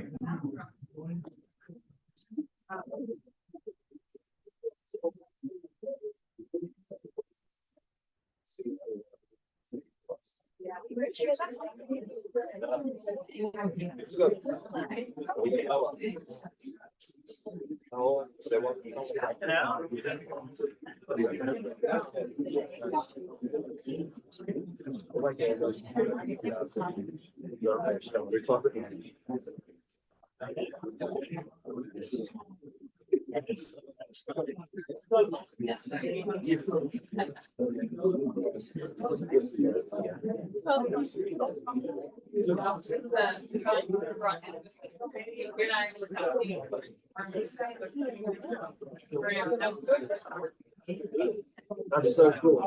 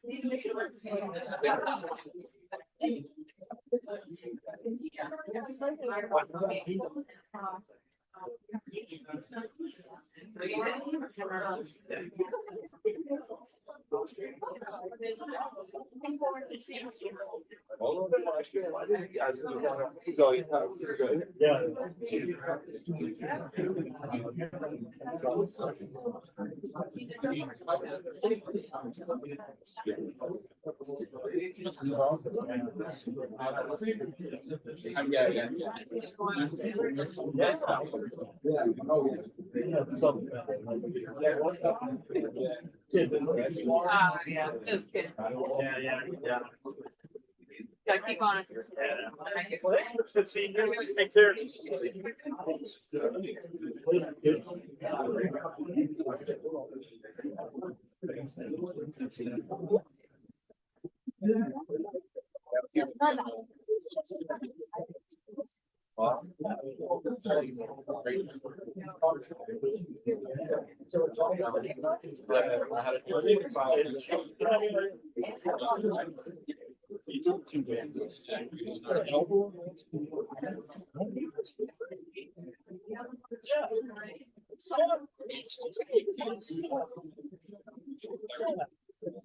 The sound of it manually.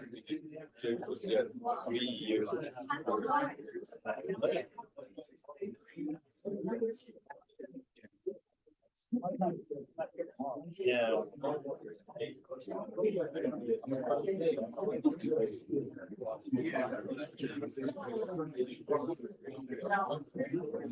Yeah.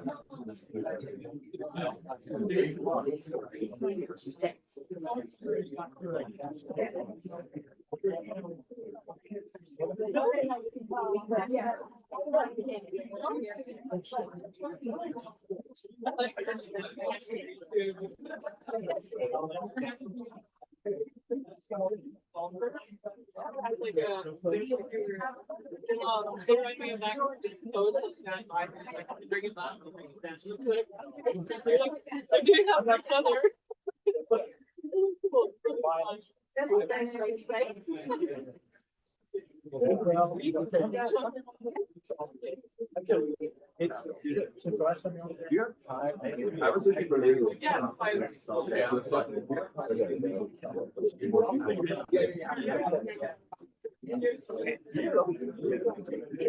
No, you're not allowed to go through that.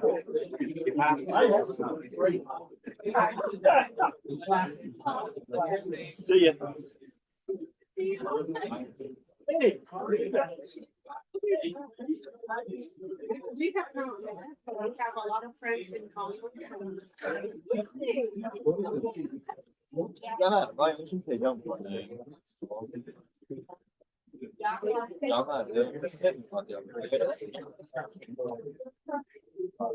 Vai, não, vou pensar na balançada para não balançar. Quando eu tiro agora aqui. Acho que não nada.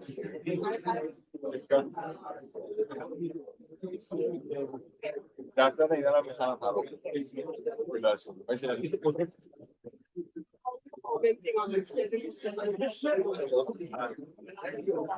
Oh. Yeah. 4 foot out of concrete.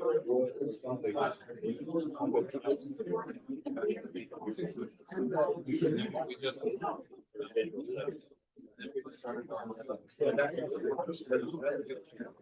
mural has to go into your that mural actually has to We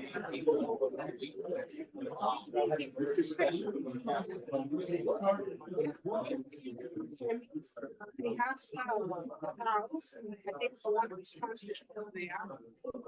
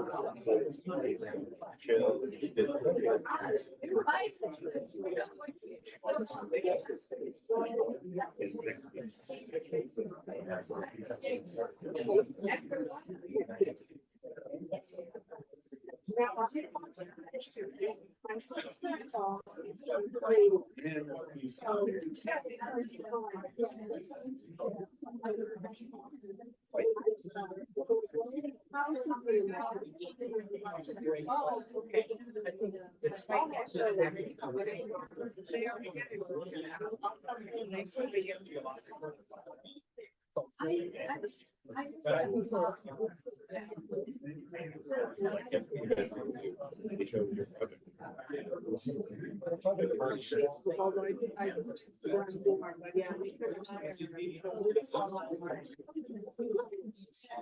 Very good. I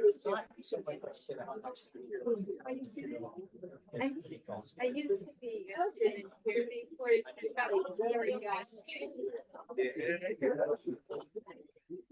nice. One huge basketball.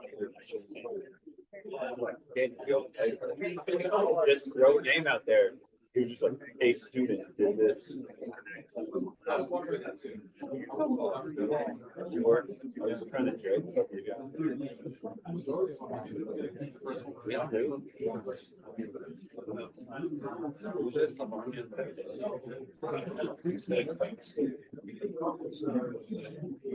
Oh, you're right. He said.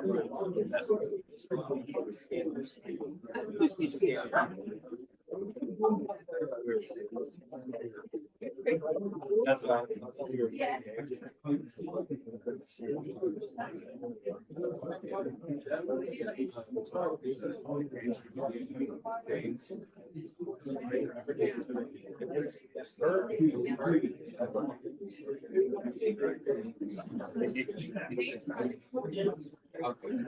yeah, but your two were the ones I actually remember.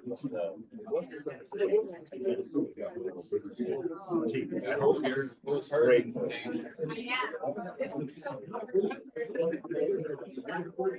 Thank God none of you guys were here for classes.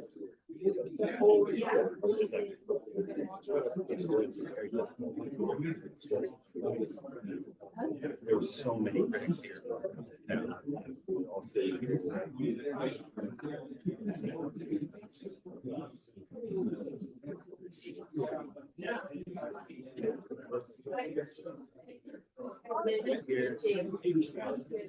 Yes, Jim.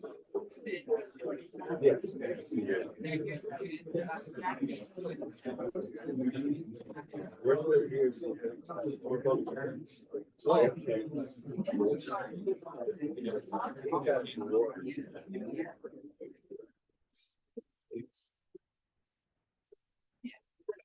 Burst of energy.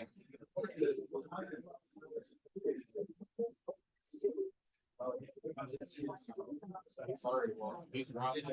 I turned around, he's on the couch.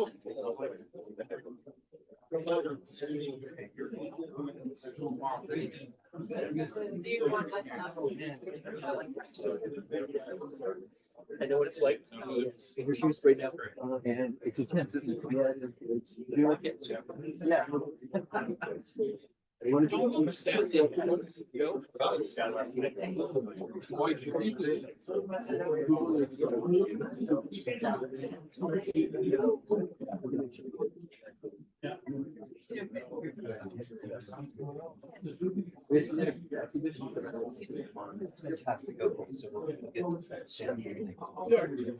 I'll spend it something nice.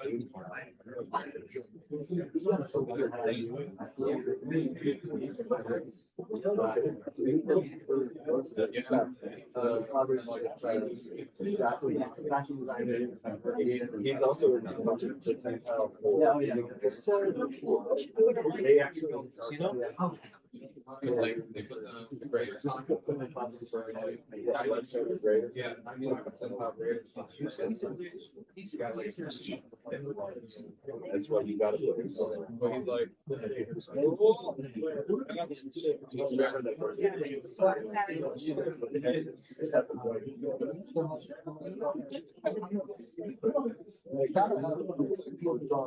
They talked about the big guys. It's like a president. And also.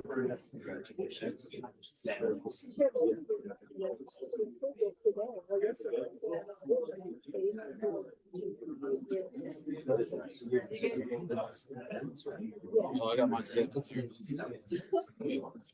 Yeah, but the thing, like, we got it last year, the same month, so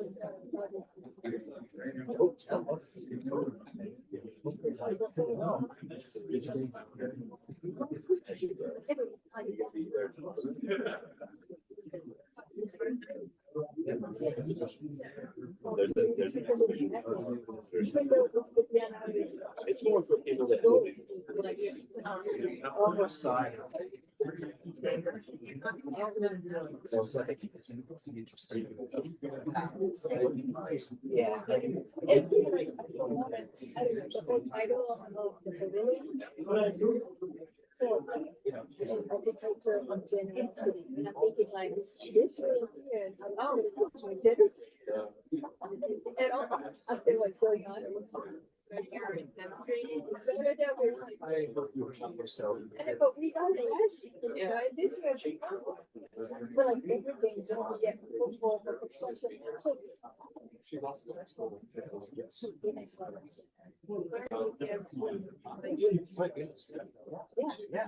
Yeah.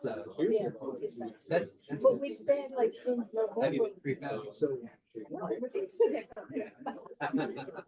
But yeah, we have been planning for this and the last minute finally got approval.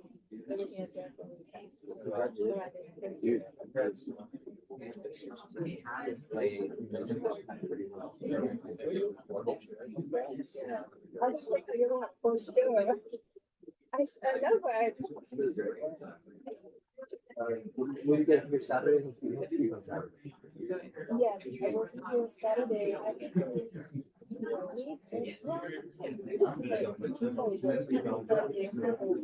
because we have to go back. Well, no, guys, so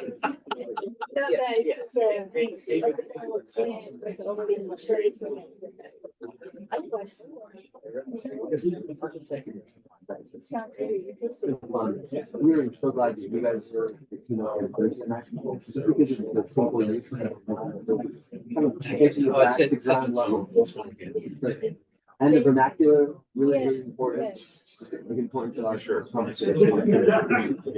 Focus on accessibility.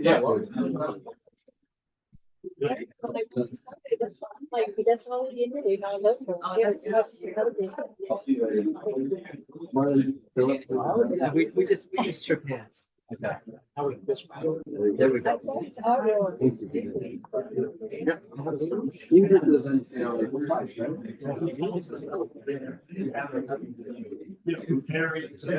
So just strength and honor, you know, it's We had not all bad, okay, like. It's. no, but I mean, it's kind of a remarkable experience. It's so funny because like, this is it's a pavilion, you know, it's not like a vast institution, it's just an exhibition. And it's, there's something about it that just, oh, it's very, very intense. Yeah. You get really wrapped in it.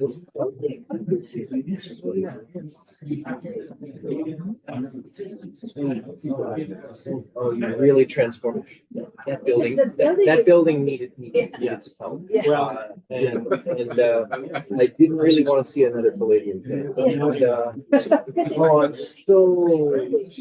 so glad you're doing this. Thank you for doing this. Thank you. So this is the Haint loop, you know. Yeah. Fine. Yeah. Oh, that's gonna look really. That's a lovely photo. It's all made out of Basically. Austrian.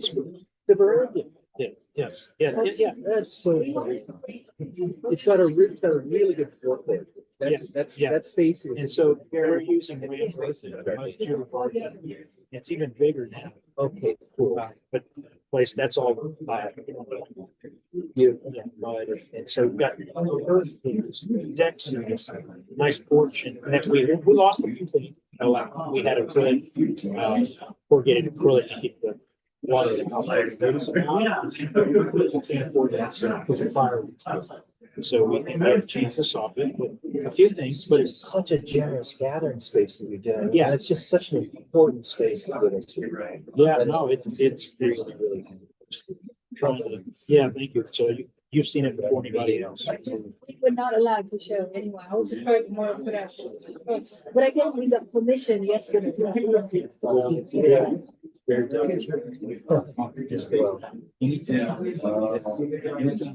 There's sort of sustainability or climate change. It's gonna be some depth, right? So that's why your comment is ready to go. Everybody's writing low. So we can get this thing out of the ground. Maybe it's too late, but it's really Use the porch for the people. yeah. Strong people. Yeah, there you go. So, the same fellowship that's funding this conference. It's not sure what's going on. I'll be there. And then I'm gonna go through So it's pretty much the same, except we lost some of the cladding in the courtyard, but. And then this had to be 75% both. So.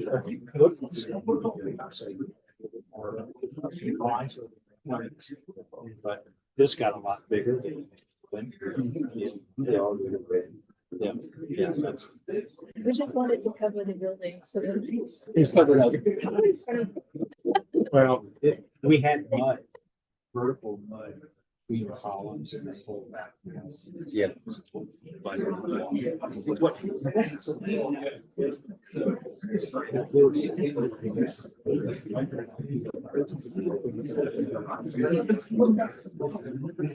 What about this? We don't have much. It's already fixed. We did 2 months ago. Oh, no, we can't do it. Start again. You know, this one is like, here's the movie Belly Button. I literally want to start. That's a horrible, wonderful association, but I'm totally there. Oh, Yeah. It was that crazy. And we, there's nothing to have to eat. You could just scream in Italian. How long? So you guys, We could share some stories. yeah, so we turned. That's good. I know what you're saying. Right, so we got our late start. Months ahead. In the end, we started. Got your material on the island? I think you Yeah, need to but do my pride to start the hill. He's graduating. That's right. Yeah, he's been on part of the company, but he's delivering all of my research. He's presenting. Well, So I'm working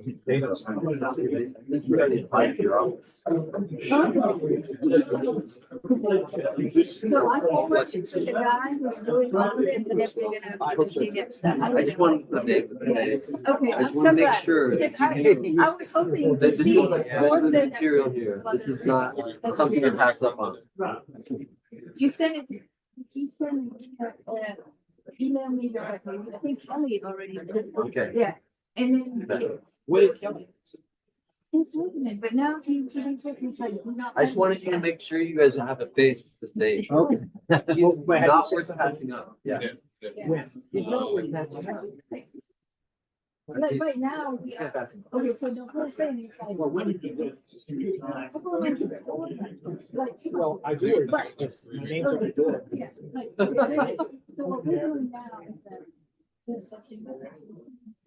It's totally fine. But It's like freaking situation.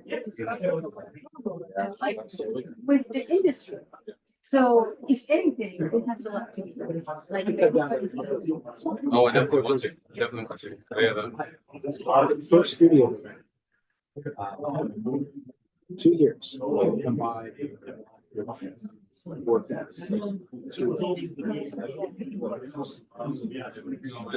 you want it, you can get it eventually. We like a recommendation like this for professors, like for their life, for their life of their life, for you know, which is means a lot for us, but sometimes we don't know, like when we're looking at the, you know, we don't know. Yeah, so I'm gonna go tell you now. I think it's a great city, you know, so. Because I have a nice week to also. Interior design architecture slash program there. I hope so. But huge best wishes. I know what it's like and so you got a good one.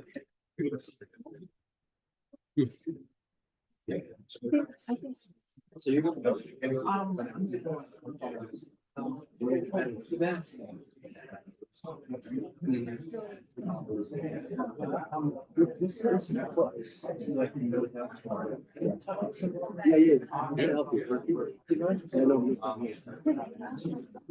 Nice, sir.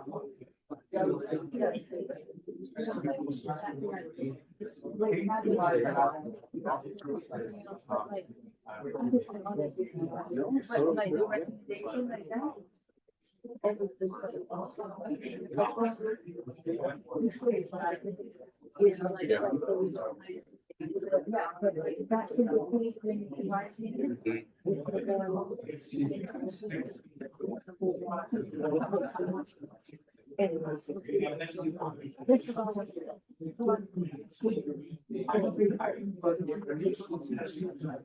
Yeah, absolutely. Yeah,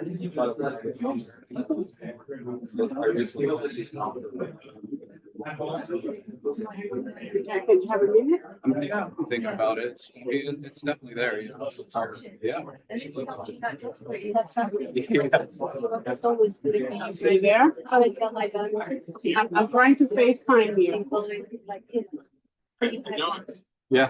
Yeah. And yet now. Do you have FaceTime? Exactly. How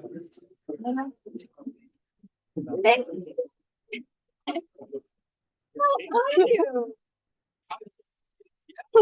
Oh my God, I'm giving a talk at her school. I know. Sorry about that. Good luck with everything. I heard you moved to, yeah, it's over there. We both, we were asked to do a keynote speaking. I usually don't like doing this. Oh, hey, Isabel, how are you? See, if I just told her, it's like, you guys moved to Massachusetts, Salem.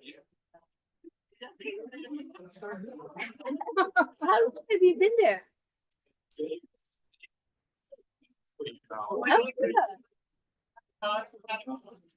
Oh, that's amazing. Congratulations, Grams.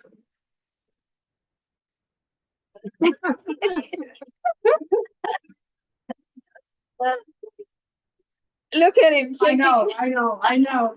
Look at that hippie. That hippie. I like it.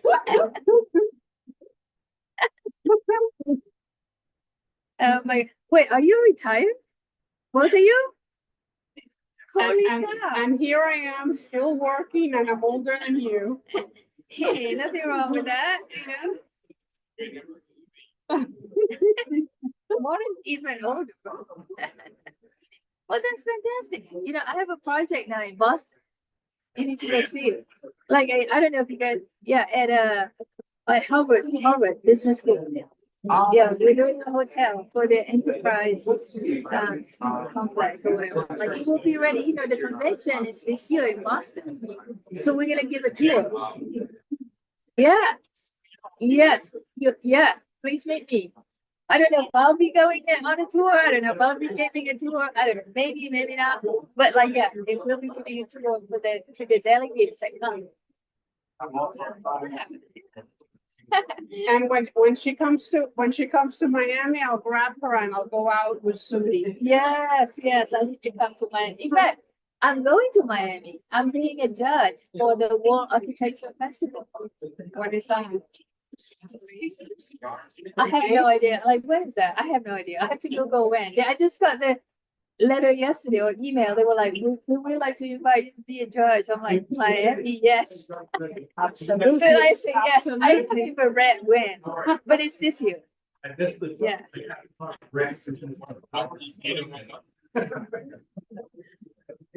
No. Oh, I'll let you know. I'll let you know. Summer. Yeah. Well, maybe not. I don't know where. Maybe Martin knows, but he's also judging. But like, do you miss Miami? No. No? Really?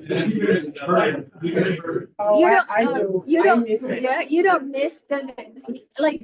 Isn't it cold sometime in the winter in Salem? Yeah, yes, sir. You don't miss the heat of Miami. Oh my God! No, Yeah, I was like, for bad, but you know what? all of Florida. I'm like, what is going on in Florida? I'm like, I used to live there.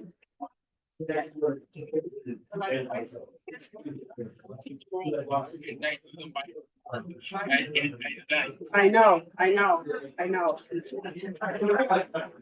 Because they don't want migrants. Now they have to make They a have kids. to find someone. Child labor. Meanwhile, we give billions of dollars to Iran. You know, we give all the contract to them. I just, yeah, no, our company is fucking run by billionaires. That's what I realized. It's all about whoever has the most money and to say what they want in the direction of our country. It's really. Unfortunately, because I still have to work with the state government, regardless of the administration, I can't say this in public. Otherwise, I'll be like you know, all over.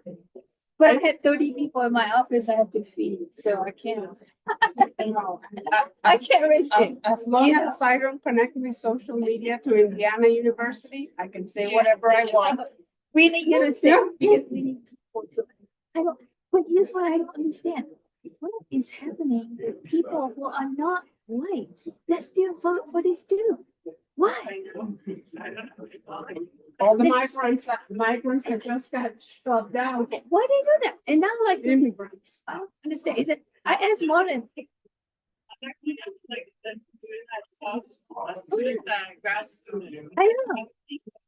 I know. Also, they use the idea that you are human. You're saying that start with the Israeli trying to get one quote unquote Hamas guy and kill 300 people, most of them kids. Exactly. But they use that. They use you, being a person that care about other human life. They say that you are anti-Semitic. What is that? You can only love Jews, but not other people. Not other people that are. It's like I don't understand this time. I realize that the flipping of the language, right? Like when they lead this whole thing, they were like, "What Biden, bro?" I'm like, why are you still talking about Biden? You guys lead this. You guys use sickness. But like they never want to admit they are never at fault. It's always somebody else. It's the media and not being able to accept blame. That's telling. Like I said,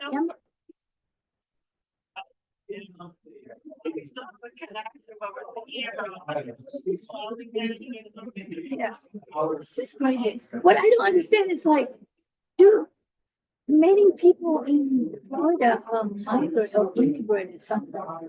But now that you are like, but you still vote for this guy? What the hell? Let them get burned to the ground. Yeah, Maybe I'm that's like, the only way they're gonna learn. Yeah.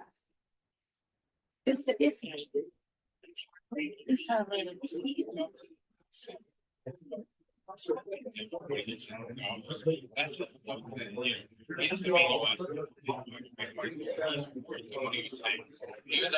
He was actually taking it down. He's going freaking crazy. Anyway, let's talk about this in person. I'll see you in Boston. Oh, no, maybe not Miami, but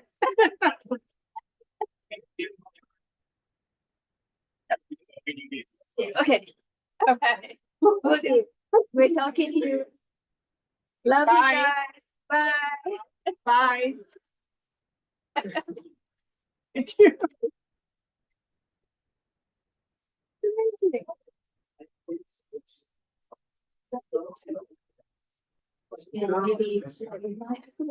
I'll get you expensive. When I go home, I put on MSNBC, I catch up with everything, and then I'm doing projecting to get the 11 education more on.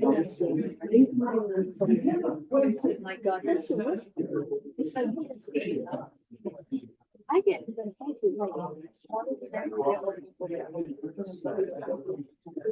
so they're working now like everybody, and they're grown up like that. So they go, yeah, it's just like,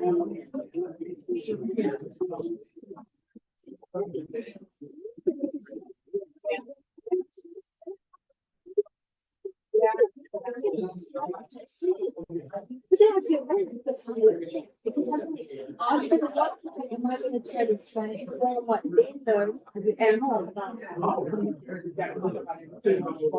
Yeah. But then one is like, you know,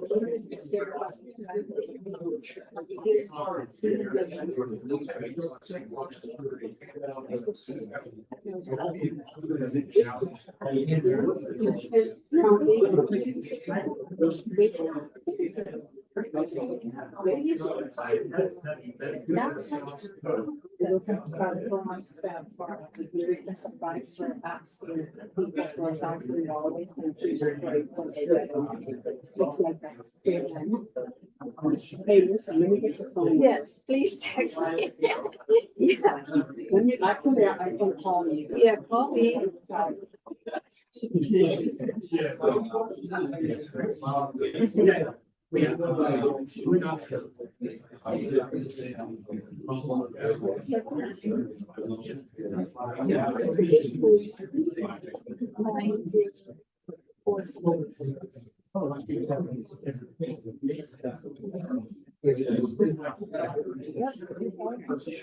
Okay.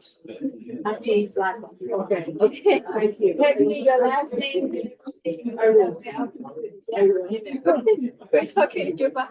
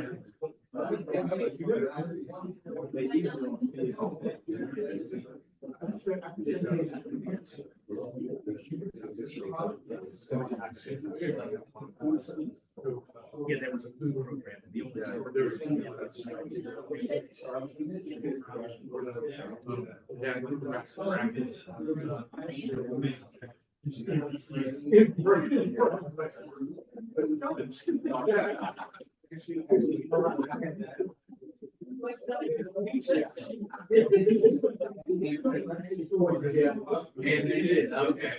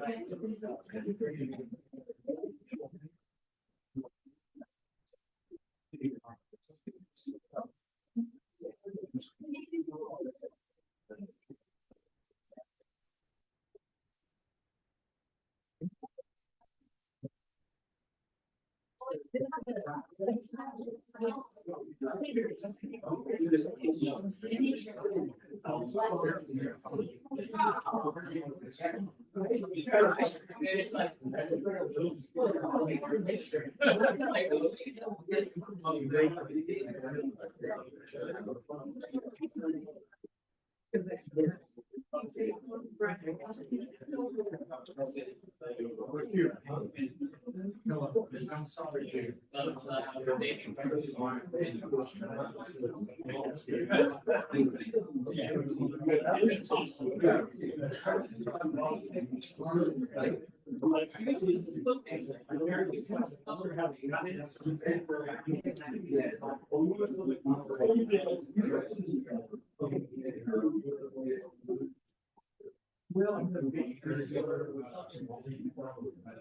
Well, very valid.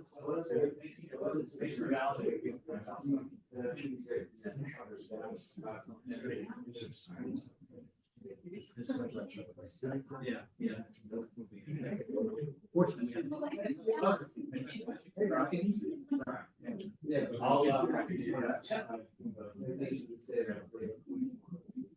There's so much love.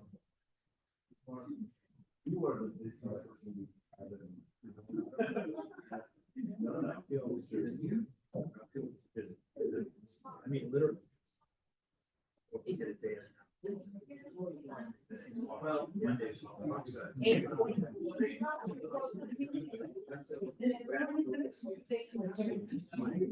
Well, where are you going to say?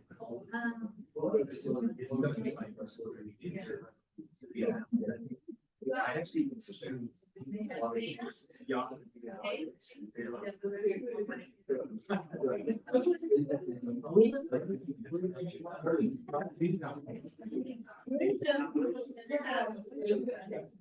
Yeah, so.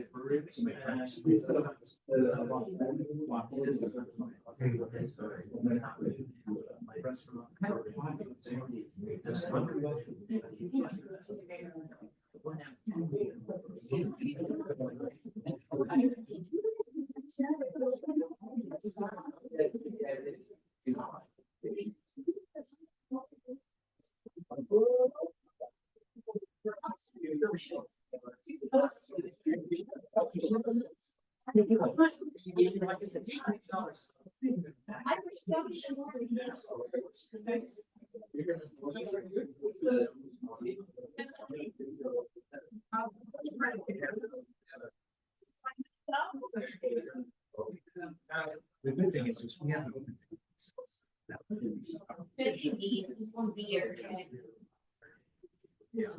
Yeah, so that's why he told me that. Yeah. We didn't have that. Yeah. You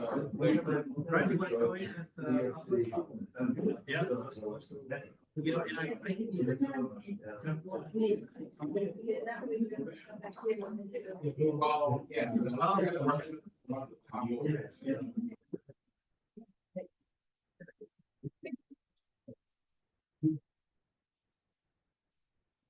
we're gonna head over there.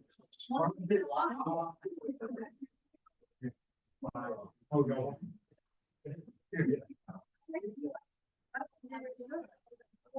Okay. See you there.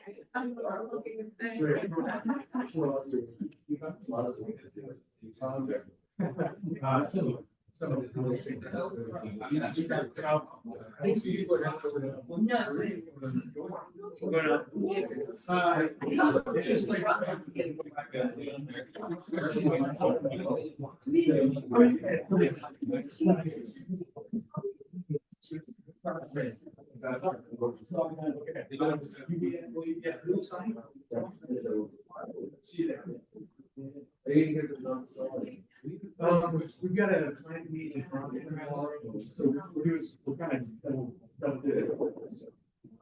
But I think I'm gonna try. So maybe I'll see you.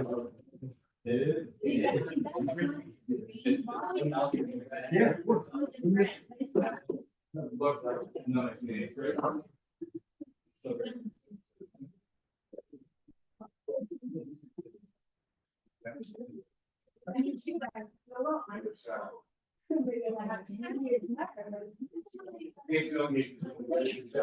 Next few days. We're gonna get this at, I need to work out. Yeah, but I'm just. Fully out.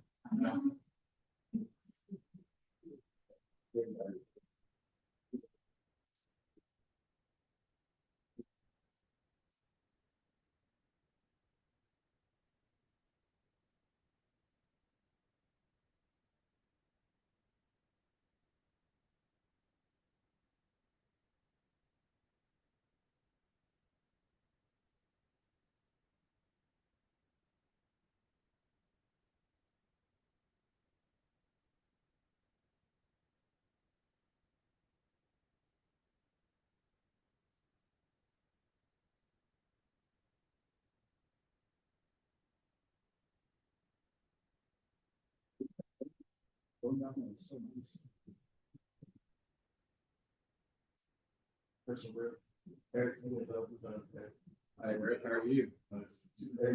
Teaching your PhD in DC. Oh,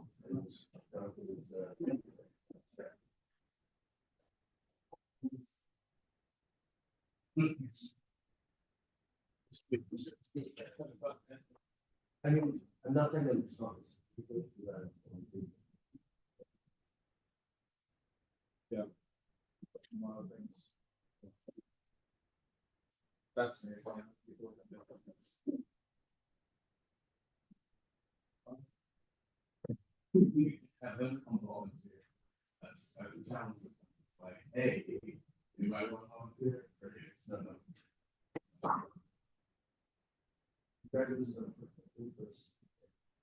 Day one. You gotta go home, get to work. You gave me this.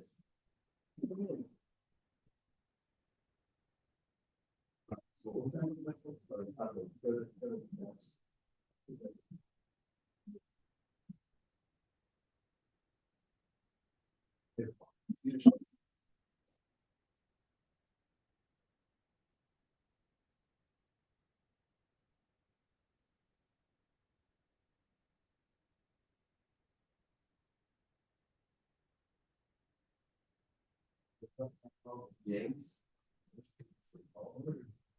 But it just has to show up. They're good.